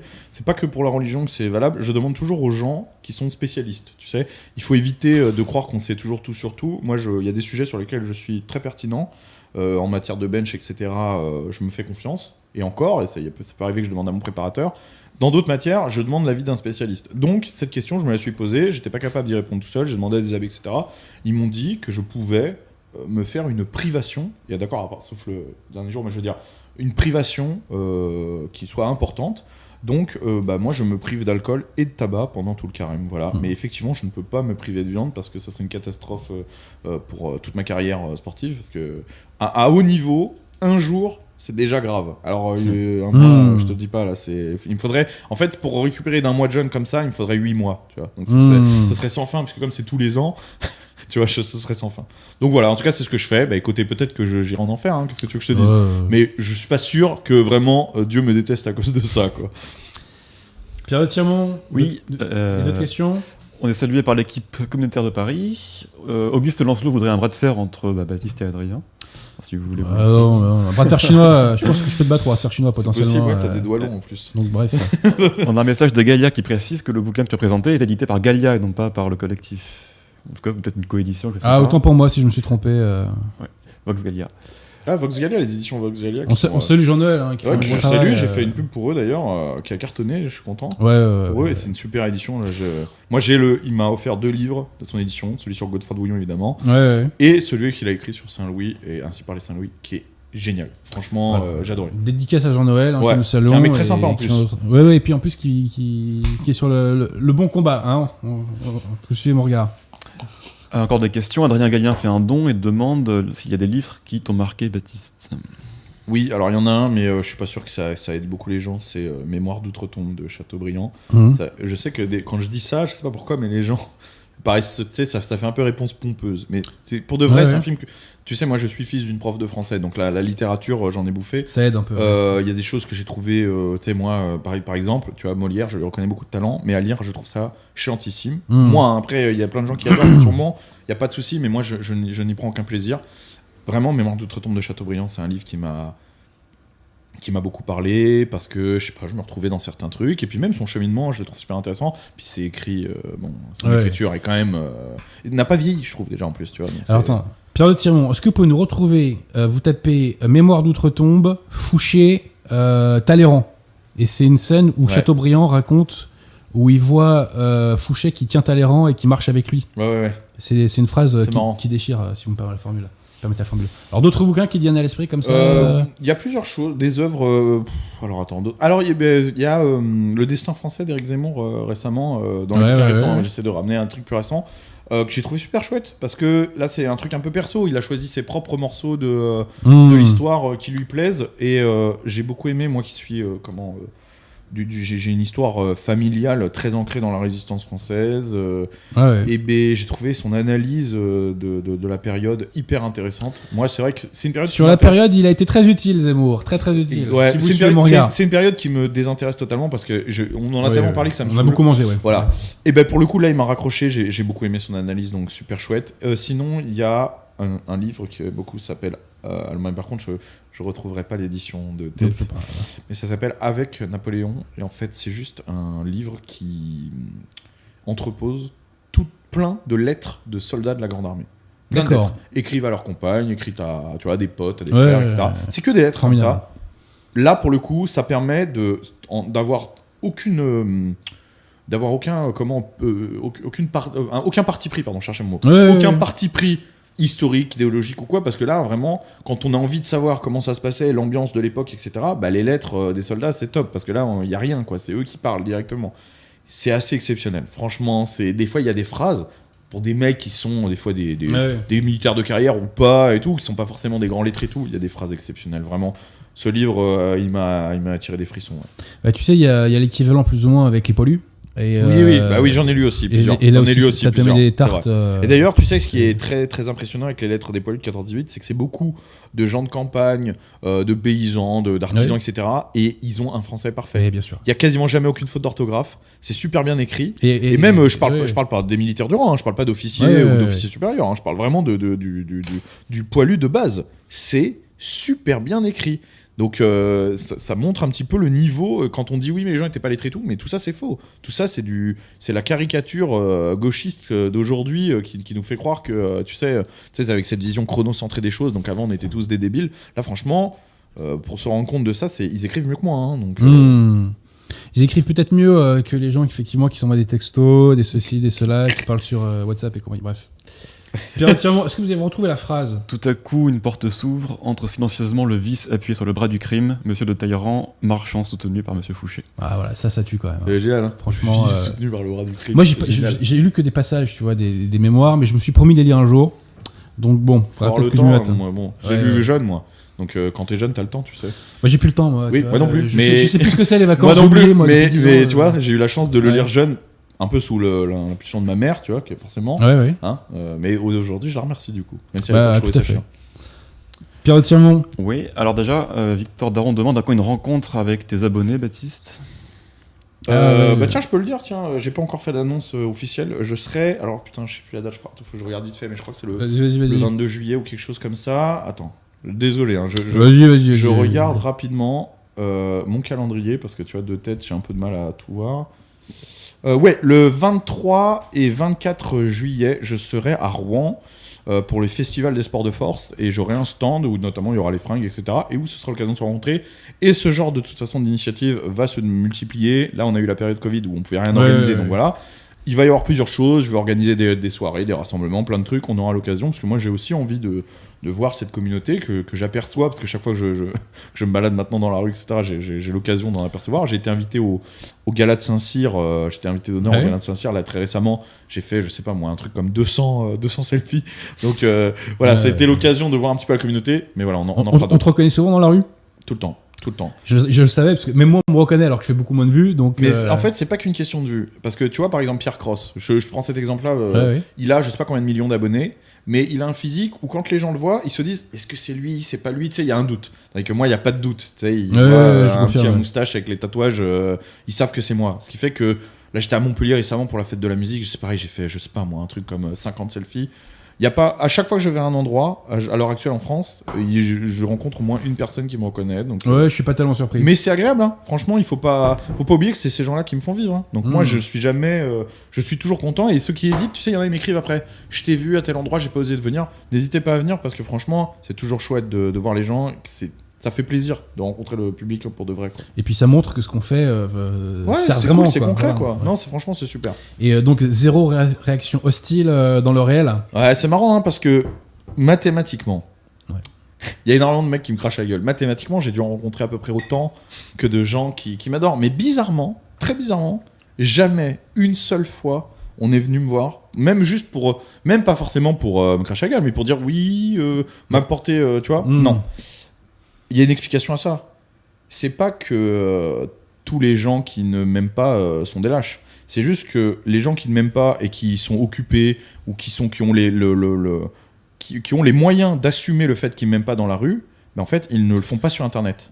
Tu vois la différence ? Je sais pas si t'as compris. Mais en gros, ceux qui pourraient ne pas être de mon côté, mais qui ont les moyens de l'assumer, ça les intéresse pas de cracher sur Internet.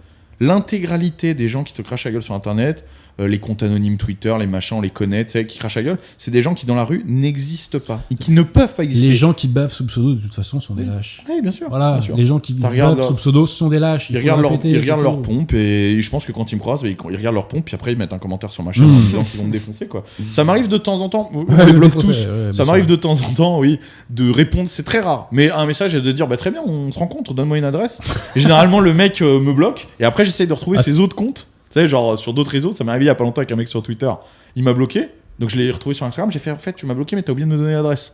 Donc, mais non. Bah, montre-moi. Donc, s'il y en a un qui est chaud, là, dans tous les mecs qui veut faire une rencontre abonnée, bah, qui m'écrivent, y a pas de souci. Moi, je réponds à tous les messages Instagram et puis bah, je me ferai un plaisir. Les bras de fer, ça serait discuter, quoi. Non, mais après, très majoritairement, j'ai quand même. Enfin, tu sais, je reçois entre 400 et 600 messages par jour sur Instagram. Je lis et auxquels j'essaye de répondre ou au moins de liker le message, comme ça ne demande pas spécialement de réponse. Des messages malveillants, c'est, je sais pas moi, peut-être 3-4 par mois. Hein. Donc ça représente vraiment une infime partie. Hein. Mais déjà, il n'y a que Twitter qui est vraiment un réseau cancer, mais je veux dire, sur le reste des choses, vraiment les gens sont. Je vais te dire un truc tout con, mais tu vois, on évoquait par exemple Usul. Moi, ça me viendrait pas à l'esprit d'aller sur une vidéo de Usul alors que je suis en désaccord avec lui et lui dire tout le mal que je fais. J'ai autre chose à faire de ma vie, quoi. Par contre, si je le croisais dans la rue. Ouais, c'est autre chose, là, mais bon. Voilà, quoi. Ça n'a rien à voir comme acte, tu vois ce que je veux dire ? Non, c'est tout à fait différent. Ça n'a rien à voir. Ouais. En tout cas, les commentaires sont sympathiques sur le live en direct. Est-ce qu'il y a d'autres questions pour Baptiste ? Ouais, Blob demande s'il y aura un repas de seigneur avec Adrien, justement. Ouais. On pourrait faire un truc tous les deux, hein, ça sera avec plaisir. C'est toujours pareil, moi... Je fais pas juste venir quelqu'un pour le faire venir, il faut un concept, tu vois. Un repas de seigneur, non, parce que voilà, comme je dis, t'as pas forcément le client idéal pour le repas, il faut pas que ce soit joué, tu vois. Le but c'est que ce soit. Mais par contre, une vidéo ensemble, ce sera avec plaisir. Tu es souverain, cher ami, tu es souverain. Lydia demande, non, c'est pas Lydia, c'est Abbé Fide Fidelis. À quelle branche du traditionnalisme Baptiste appartient-il ? Je réagis pas, t'inquiète pas. En fait, j'ai pas spécialement de branche entre guillemets. Déjà, je vais à une paroisse, donc qui est mon abbé est un curé de paroisse, tu comprends ? Donc il est lié. Ce qu'on appelle un diocésien. Voilà, c'est un diocésien, exactement. Donc il est il est lié au diocèse, etc. C'est pas une messe non nunacum. Moi, après, tu connais mes.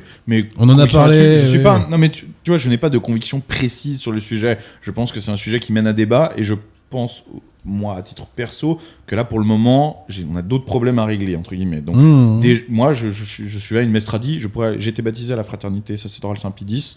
Je pourrais aller à une messe Saint-Pie X comme je pourrais aller à une messe non nunacum, très honnêtement. Enfin, voilà, je fais pas de différence. Moi, c'est le rite qui m'intéresse. Voilà. Une messe Saint-Pie X, c'est le rite qui m'intéresse. Voilà, vous voyez, je suis resté calme, entièrement. Vous pouvez... Mais en même temps, je suis pas non plus l'adversaire. Hein, oui, mais je ne crois pas comme ça, tu sais. Pierre Tirmont. Le CP demande que pense Baptiste de la trilogie du Seigneur des Anneaux, livre comme film. Ah bah moi je suis un grand fan de l'univers de Tolkien. J'aime beaucoup. Je trouve que le film qui a été fait sur Tolkien est complètement faux et lui rend absolument pas hommage parce qu'ils ont tout modifié de sa pensée pour de vrai. Moi j'aime beaucoup les univers heroic fantasy. Moi aussi, figure-toi. Donc je suis un grand fan et je pense qu'il y a beaucoup de gens qui sont des passionnés d'heroic fantasy qui feraient bien de s'intéresser à l'histoire de France parce que dans l'histoire de France il y a une grande partie alors, pas de fantasy mais d'héroïque pour de coup et des fois c'est marrant de voir comme les choses sont calquées sur des faits réels et comme la France est entre guillemets la base de l'histoire pour de vrai, que ce soit l'histoire médiévale ou parce que généralement Heroic Fantasy c'est autour du milieu médiéval, l'histoire médiévale, la France est centrale dans l'histoire médiévale du monde hein. Donc une grande partie de l'histoire médiévale se fait en France ou en tout cas avec les Français ou contre les Français, enfin voilà. Donc je pense que des livres comme celui de Vox Gallia sur Godefroy de Bouillon, c'est écrit comme un livre d'Heroic Fantasy quasiment. Ça pourrait beaucoup plaire à certains mecs. Et non, moi j'ai très peur pour la série Le Seigneur des Anneaux qui va sortir parce que j'ai peur qu'on nous fasse du moderne quoi. Qu'on bafoue un petit peu ça. Mais sinon j'aime beaucoup. Avec un petit mode cancel culture au passage quand même. Ouais, alors ça. attends, parce que on t'a posé la question sur quelques livres que tu aimais, mais alors quel film tu aimes? Alors, je suis un passionné de cinéma. J'adore le cinéma. Je vais au cinéma toutes les semaines. Ah ouais, t'es un vrai toi. Ouais, j'ai la carte et je vais au cinéma toutes les semaines. Je suis passionné de cinéma, je vais voir des boosts comme des bons films, tu vois. Donc vraiment je suis passionné, je vais voir plein de films. Donc moi les films, ils me touchent sur... j'ai des critères bien précis, tu vois. L'écriture, c'est très important. Le jeu des acteurs, c'est très important. Toutes ces choses-là. Dans les films récemment, par exemple, qui m'ont énormément touché, j'ai adoré The Green Book. Alors, c'est pas si récent, mais comme il y a eu la période Covid où il n'y a rien eu, tu vois, forcément, tu reviens à des trucs un peu plus vieux.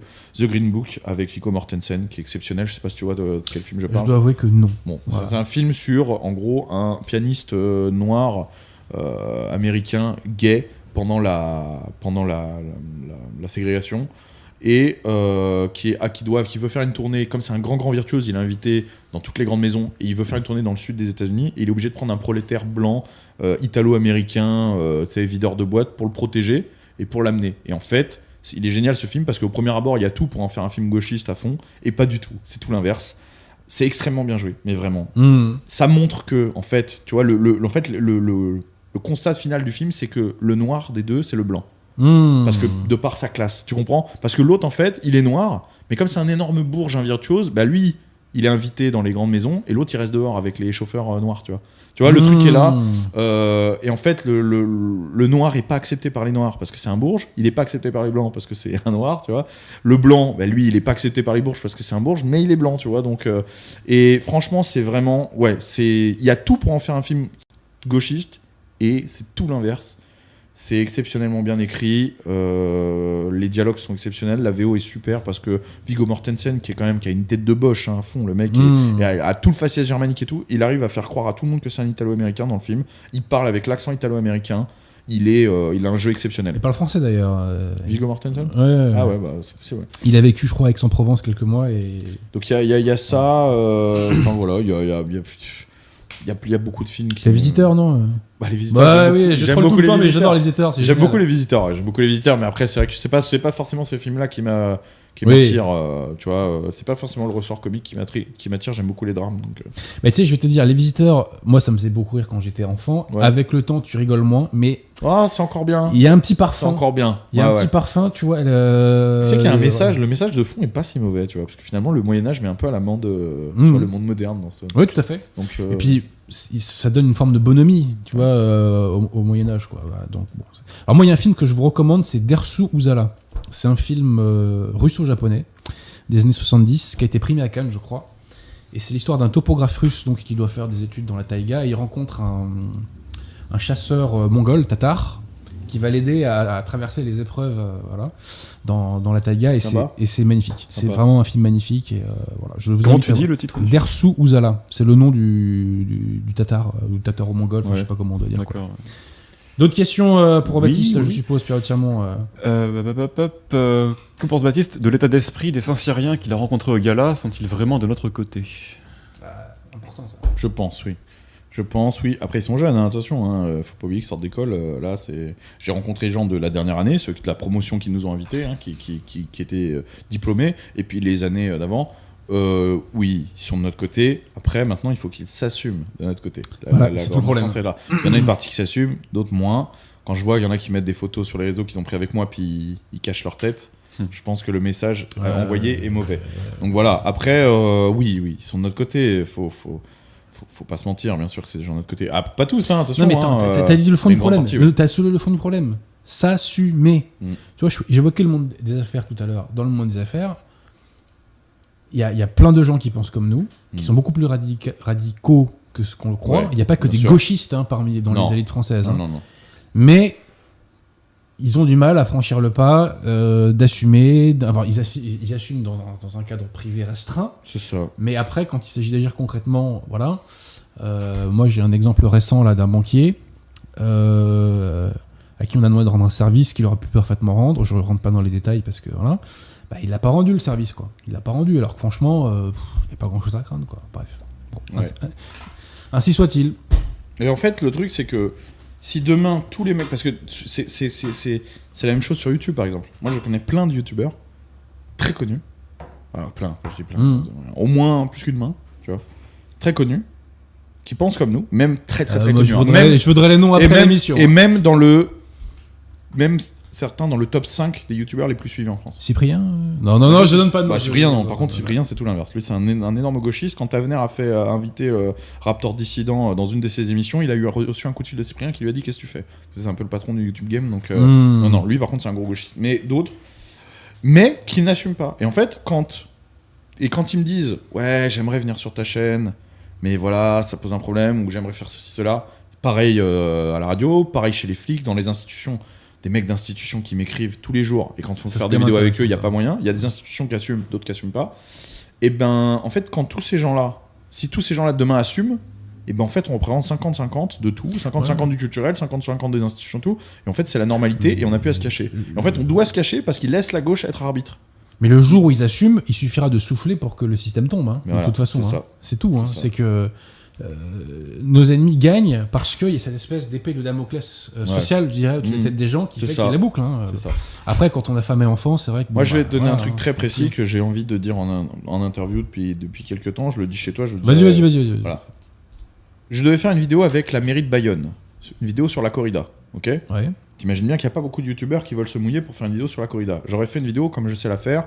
Tout était prévu avec la mairie, ils m'avaient fait un super truc, j'aurais été voir des éleveurs de taureaux qui m'ont expliqué comment ça marche, j'avais une place d'honneur pour une corrida à Bayonne pour voir comment ça fonctionne, rencontre avec la mairie, tout était prévu, ok ? Ils ont eu la pression de l'extrême gauche basque, d'accord ? Et le maire a tout annulé. Donc je le dis aux gens... L'extrême gauche basque, ça existe ? Ouais. Non mais je le dis aux gens qui à Bayonne, qui votent pour le maire en croyant qu'il est dans leurs intérêts, non.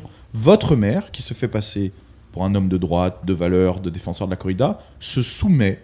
C'est un soumis à l'extrême gauche. Et donc vous savez maintenant pour qui vous votez. C'est-à-dire qu'il décide, il laisse la gauche décider de ce qui est bien ou ce qui est mal. C'est-à-dire qu'en gros, il a préféré ne pas faire la vidéo avec moi, qui aurait eu un énorme impact, je pense, sur le milieu de la corrida, parce qu'aujourd'hui, la corrida a une très très mauvaise presse. Et personne n'est capable, je pense, à part moi, et d'autres, mais on est très peu, de se mouiller pour faire un sujet là-dessus. Et bien il a préféré que ce sujet se fasse pas pour faire plaisir à son électorat d'extrême gauche ou par peur de l'extrême gauche. Arrêtez de voter pour cet homme. Il n'est pas de votre bord, apparemment. Il se fait passer pour de votre bord, il ne l'est pas. Puisqu'il se soumet à l'extrême gauche, il décide que la gauche est arbitre. Donc j'aimerais que ces personnes comprennent qu'en fait, en se coupant de moi, en croyant bien faire, il faudrait que ce soit plus négatif pour eux. Parce que nous, on a un problème, on ne boycotte pas. En fait, tu vois, c'est-à-dire qu'en face, ils cancellent pas nous. Donc, faisons la même chose. Ce mec-là, c'est avec nous contre nous.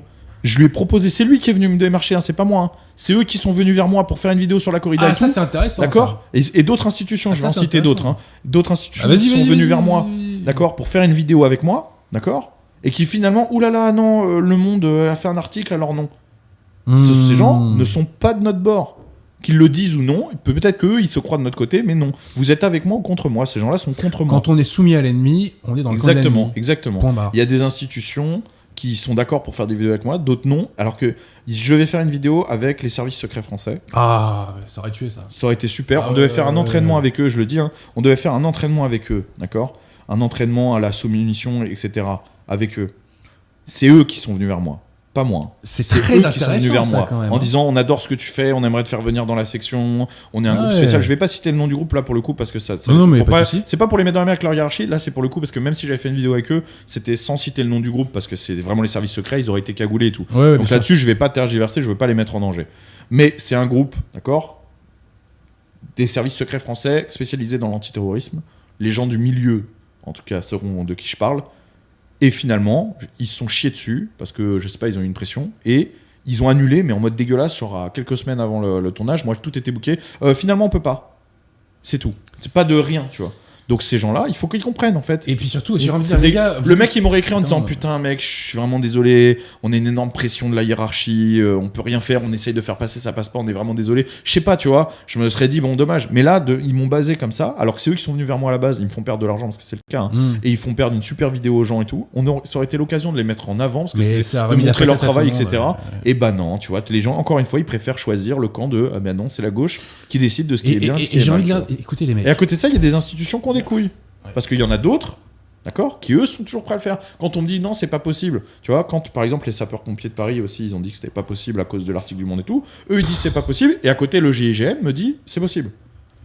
Dédicace au GIGN. Des grosses dédicaces au GIGN, au RAID aussi, qui m'ont envoyé plusieurs trucs, etc. Tu vois, ces mecs-là qui ont des couilles, d'autres, des chasseurs alpins, des mecs de la forteresse de Bayonne, des forces spéciales de Bayonne. On a hâte de voir avec eux. Il y a plein de choses comme ça où eux ils assument derrière, donc je leur fais des grosses dédicaces. Et ne me dites pas, on ne peut pas. Qu'est-ce qui va se passer quoi ? Ils vont dissoudre les sapeurs-pompiers de Paris ? Ils vont dissoudre le GIGN ? Non, mais je veux dire, à un moment, faut aussi. C'est quoi les répercussions ? Je comprends pas. Qu'est-ce qui va se passer ? Le Monde va faire un article en disant oulala, attention, le GIGN c'est des fascistes. Et alors, qu'est-ce qui va se passer ? Ils vont arrêter de vous appeler quand ils vont se faire braquer ? Ça m'étonnerait. Ouais. Donc à un moment, il n'y aura aucune répercussion. Faut arrêter. Donc c'est juste que voilà, on a peur de l'image, on a peur de ça. Alors c'est pas les mecs du bain, attention, ni les opérateurs, ni les pompiers de Paris qui sont des mecs géniaux, ni c'est les officiers supérieurs qui se chient dessus. Les mecs d'en bas, ils ont envie de faire le taf et je les salue tous de toutes les institutions que je viens de citer. C'est tous des mecs vraiment vraiment remarquables à côté du travail qu'on fait. Je veux dire, j'ai pas aucun jugement à leur apporter. Mais les officiers supérieurs se chient dessus. Et en fait, c'est eux qui saquent tout. Parce que si demain, tous ces trucs-là s'affichent avec nous, parce qu'ils nous soutiennent tous. Mais évidemment. Le RAID, le GIGN, machin, toutes les forces spéciales, etc. Bien sûr qu'ils sont de notre côté. Tous les jours, je reçois des messages de mecs des forces spéciales. Ils savent que je leur porte beaucoup d'amour. Ils savent que j'adore leur travail, etc. Et ils savent que tu incarnes les valeurs qu'ils ont envie qu'ils défendent, exactement. Ouais. Donc tous ces mecs-là, si leur hiérarchie les laissait s'afficher avec nous et tout, mais ce serait la norme. C'est tout. Ce serait la norme. Mais le jour où c'est la norme, on bascule dans un autre univers. Bah ouais. Tu vois. Mais tu sais, j'ai envie de dire à ces mecs qui combattent le terrorisme, vous combattez le terrorisme, mec, et vous avez peur. Mais en fait, du candidature de gauche. Eux, ils ont pas peur. C'est vraiment leurs officiers sup. Ouais, mais les officiers sup, je pars du principe qu'ils combattent le terrorisme, tu vois. Bah pas tous. Il y en a, ils grattent du papier surtout. Donc voilà. Bon après voilà, je connais pas précisément, mais bon. Mais en tout cas, moi, ce que je relève, tu dis un truc super intéressant là, c'est que ces gens-là qui appartiennent, je dirais, au bon côté du système, ils te valident, ils t'encouragent. Ils te démarchent. C'est fondamental, ça. C'est fondamental. Et c'est sans doute un cri du cœur de leur part, parce que tu vois, ils doivent en avoir marre aussi de bosser pour certains gouvernements. Donc ils se disent. Je pense aussi que tous ces gens, je ne développerai pas plus, mais je pense que tous ces gens aussi, le jour J, bien sûr. Seront plus qu'utiles. Mais non, mais je suis d'accord avec toi. Je suis d'accord avec toi. Et ces gens-là, je vais te dire, je les rehausse dans mon esprit.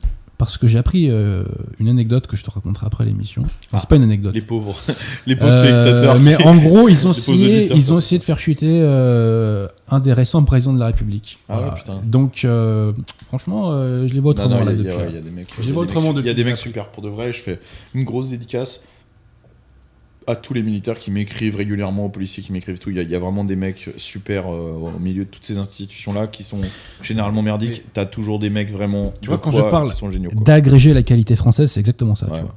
Après, tu vois, ce qu'il faut, c'est lui donner de la visibilité. Parce qu'on n'attrape pas les mouches avec du vinaigre, tu vois.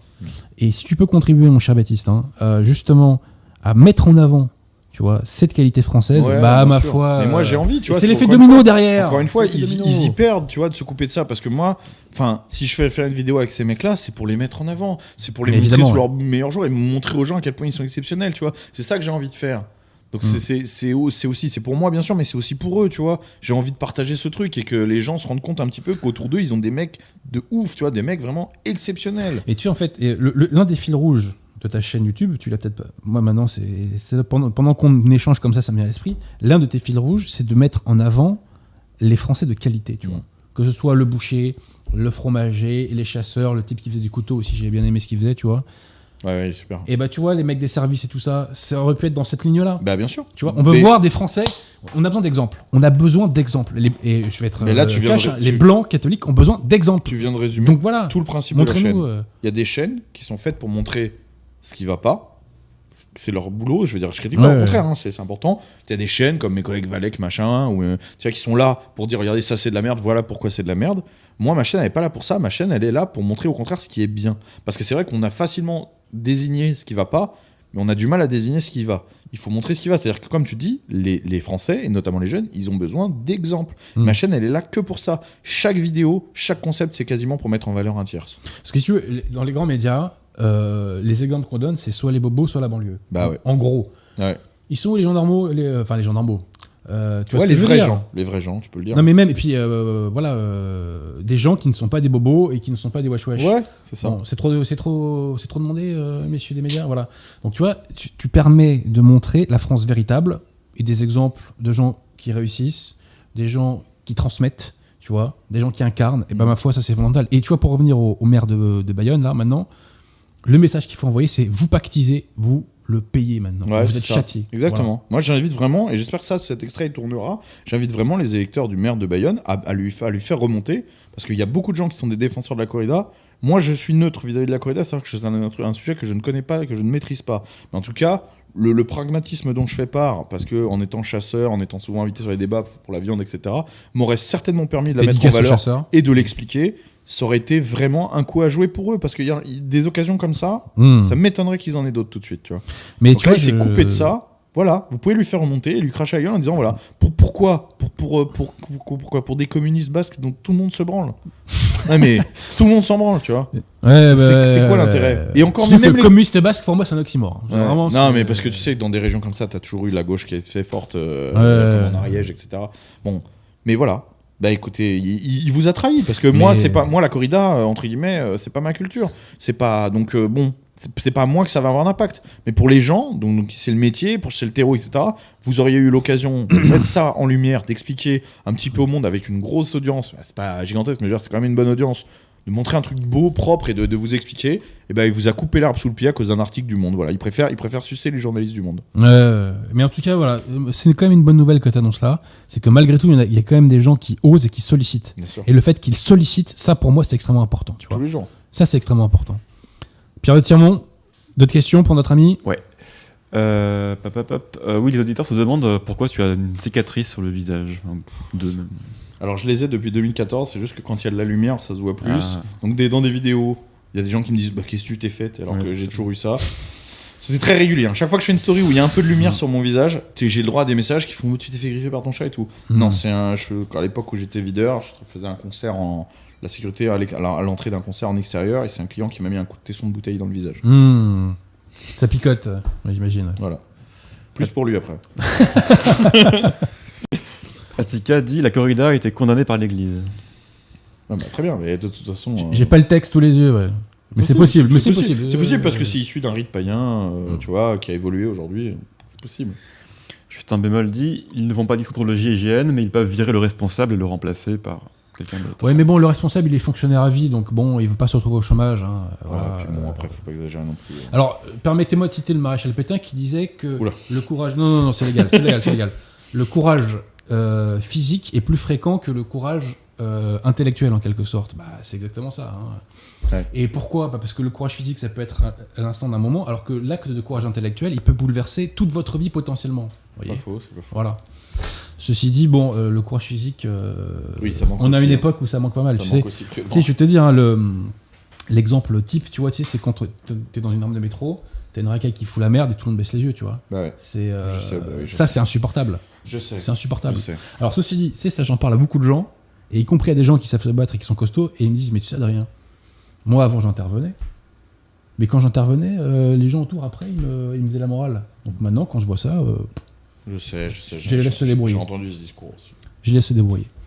Pierre Tirmont, d'autres questions pour notre ami? Ouais, Baptiste, connaît-il l'atelier Missor? Pourrait-il y avoir une collaboration dans le futur? Je connais de nom, après je sais pas, je sais qu'ils ont fait un bus de Napoléon, mais c'est tout ce que je sais sur eux, donc je connais pas bien leur travail. Donc pourquoi, quand je connais pas, à découvrir, je parle pas quoi. Une question un peu étrange, je sais pas s'il y a Attention, parce que moi je censure impitoyablement. Non, mais c'est simplement... C'est étrange ou c'est... Tuken demande si tu vas faire un Tour de France à pied. Alors je sais pas si t'as fait une référence à ça un jour ou c'est une question complètement... D'ailleurs c'est le Tour de France en ce moment, je précise, parce que tout le monde l'a zappé, j'ai l'impression. Un Tour de France à pied, j'ai bien le temps de faire ça.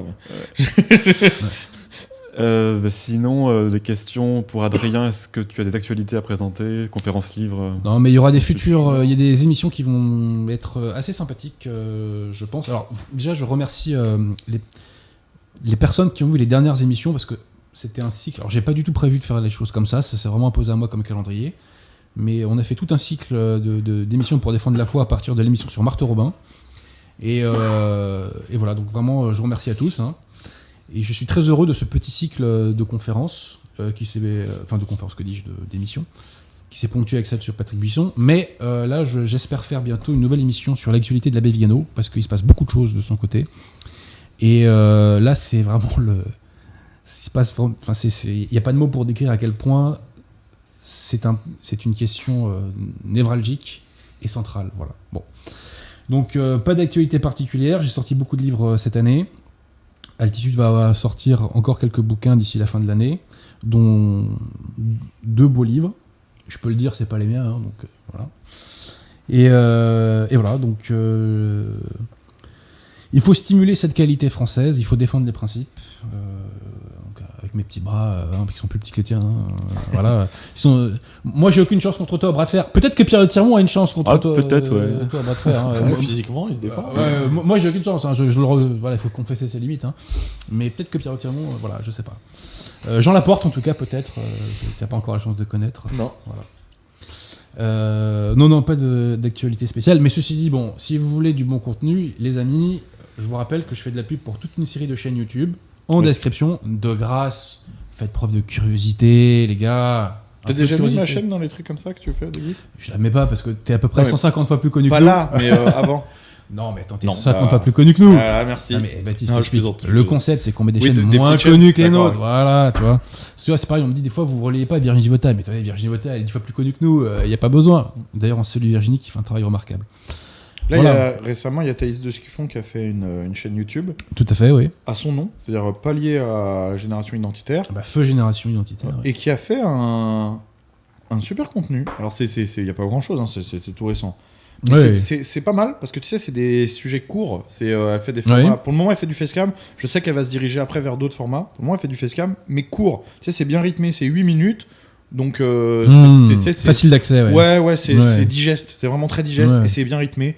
Et c'est cool, tu vois. Elle a fait un truc sur la féminisation de la droite et un truc sur les icônes, entre guillemets, tu vois. Pourquoi on oppose certaines icônes, pourquoi Gandhi et pas Napoléon. Enfin, voilà. Beaucoup de guillemets pour Gandhi. Ouais. Non, mais ouais. Mais oui, mais justement, elle en parle de façon. C'est bien écrit, c'est bien, c'est chouette. Et ben voilà, Thaïs Escuffon. Voilà, n'hésitez pas à aller voir. Voilà, mais faites preuve de curiosité. Voilà, vous voyez. On a quand même des chaînes de grande qualité et ça, c'est bon. Internet a beaucoup de défauts. Il y a aussi des bons côtés et le bon côté, c'est qu'on a un accès à l'offre qui est quasiment illimité. Donc il y a le plus nul, mais il y a aussi le meilleur. Donc voilà, allez découvrir toutes les chaînes YouTube qu'on a fait, quoi, tout simplement. Est-ce qu'il y a d'autres questions, Pierre Tirmont, éventuellement? Sur Napoléon, Adrien a récemment traité de cuck les gens de droite qui sont pendant la Napoléon Mania, contre qui formait Baptiste sur le sujet. T'as traité de cuck les gens qui sont quoi? Qui sont pendant la Napoléon Mania. Napoléon Mania, oui. Ça veut dire quoi? C'est quoi? Qu'est-ce que tu entends par là? Parce que pour moi, Napoléon n'est pas contre-révolutionnaire, vois-tu. Voilà. Moi, je suis contre-révolutionnaire. Tu fais partie de ces gens-là. Oui, je suis raide, moi, tu vois. Je suis pas mais cool, moi. Je suis raide, je suis rigide. Voilà. Ça n'a pas échappé à Pierre Tirmont, je crois. Bon, est-ce qu'il y a d'autres questions? Non, pas rien de spécial. Alors, est-ce que tu as quelques autres mots à ajouter? Des conseils pour la jeunesse, par exemple? Mais assumez-vous. Ah oui, c'est le fil rouge de la soirée. Et tu vois, décomplexez-vous. Pour de vrai, soyez pas complexés d'être qui vous êtes. Assumez-vous, ça veut pas dire, encore une fois, je le dis, je répète, peut-être quand je me répète, mais il y a une différence entre assumer et revendiquer. Je vous demande pas, je sais que c'est dur quand tu as 18 ans, que tu es des fois dans des lycées compliqués, etc., de revendiquer, mais assumer, c'est vraiment quelque chose de différent et c'est le premier pas vraiment vers la victoire. Et en plus, vous vivrez mieux parce que, en fait, quand tu te contiens comme ça et tout, tu le sers à la fin. Donc c'est con, mais aujourd'hui on est à fond dans l'espèce de saloperie individualiste de oui, soyez qui vous êtes, etc. Mais en fait ils sont pas qui ils sont des constructions de merde, ils sont des constructions sociales horribles du progrès. Non, soyez ce qui vous êtes intrinsèquement, qui vous êtes génétiquement, parce que votre génétique elle vous influe. Donc laissez votre anthropologie s'exprimer. Laissez votre anthropologie s'exprimer. Vous verrez que derrière, c'est le bonheur à la clé. Et s'assumer, c'est pas être dans la provocation débile. Non, c'est juste voilà, s'assumer tout simplement. Voilà. Et puis n'oubliez pas que vous êtes français, donc vous êtes catholique, les gars. Voilà. Écoute, on va pas faire de zèle, mon cher Baptiste. On a dit beaucoup de choses. Et je crois que tu as soulevé on a soulevé un thème majeur qui est assumer publiquement ses opinions. Et pas que dans un cercle restreint. Et le jour où il y aura plus cette espèce... Je vais te donner un exemple. Imagine un dîner mondain, tu vois. S'il y a 5 personnes, sur ces 5 personnes, il y a un mec de gauche, les 4 autres vont adapter leur discours et vont ne pas être eux-mêmes. C'est eux qui arbitrent. Voilà. C'est eux qui arbitrent. Parce qu'il y a une espèce de gêne comme ça. Voilà. Bah ouais, c'est pas et n'hésitez pas à faire entre guillemets, faire violence en assumant vos opinions. Le pire, c'est qu'en faisant l'inverse, faites toujours. Moi, c'est un truc que j'ai dit, c'était valable surtout pour les salles de sport. À l'époque, mon discours c'était pour les salles de sport. Aujourd'hui, il s'adapte à tout. Mais je leur disais, faites toujours comme ce qu'on pense, c'était la norme. Dites-vous que c'est la norme. Parce qu'en fait, c'est ce qu'ils font les gauchistes. Tu sais, être pro LGBT, c'est la norme pour eux. Donc ils font comme si c'était la norme. Et du coup, quand tu dis un truc contre, c'est oula, tu vois. Faites l'inverse. Faites l'inverse comme si c'était la norme, ce qui fait qu'à la fin, et moi cette expérience je l'ai faite dans des salles de sport, en banlieue, etc. En balançant des trucs comme ça, en parlant vraiment comme si c'était la norme, à la fin, le mec de gauche, il ose plus parler. Mais évidemment. Parce qu'en fait, il est tout de suite ostracisé, et en fait le mec il fait oula, tu vois. Il ose plus, et c'est lui qui a honte de ses idées. Il faut que le complexe change de camp. Exactement, le complexe change de camp, et c'est très facile, c'est vraiment pas dur. Faites vraiment comme si c'était la norme, parce que je vous assure que n'importe où vous êtes, autour de vous, il y a des gens qui pensent comme vous. Mais vous le savez pas. Exactement. Bon, Pierre Thiamon, plus de questions. Écoutez, merci à tous. Merci, cher ami, d'être venu. Merci à toi. Parce que tu viens de banlieue quand même. Cool. Merci, Pierre Thiamon, pour la technique. Écoutez, je vous salue et j'espère revenir vers vous très bientôt pour parler de l'abbé Vigano. Vive Notre-Dame de la Salette et à la prochaine fois.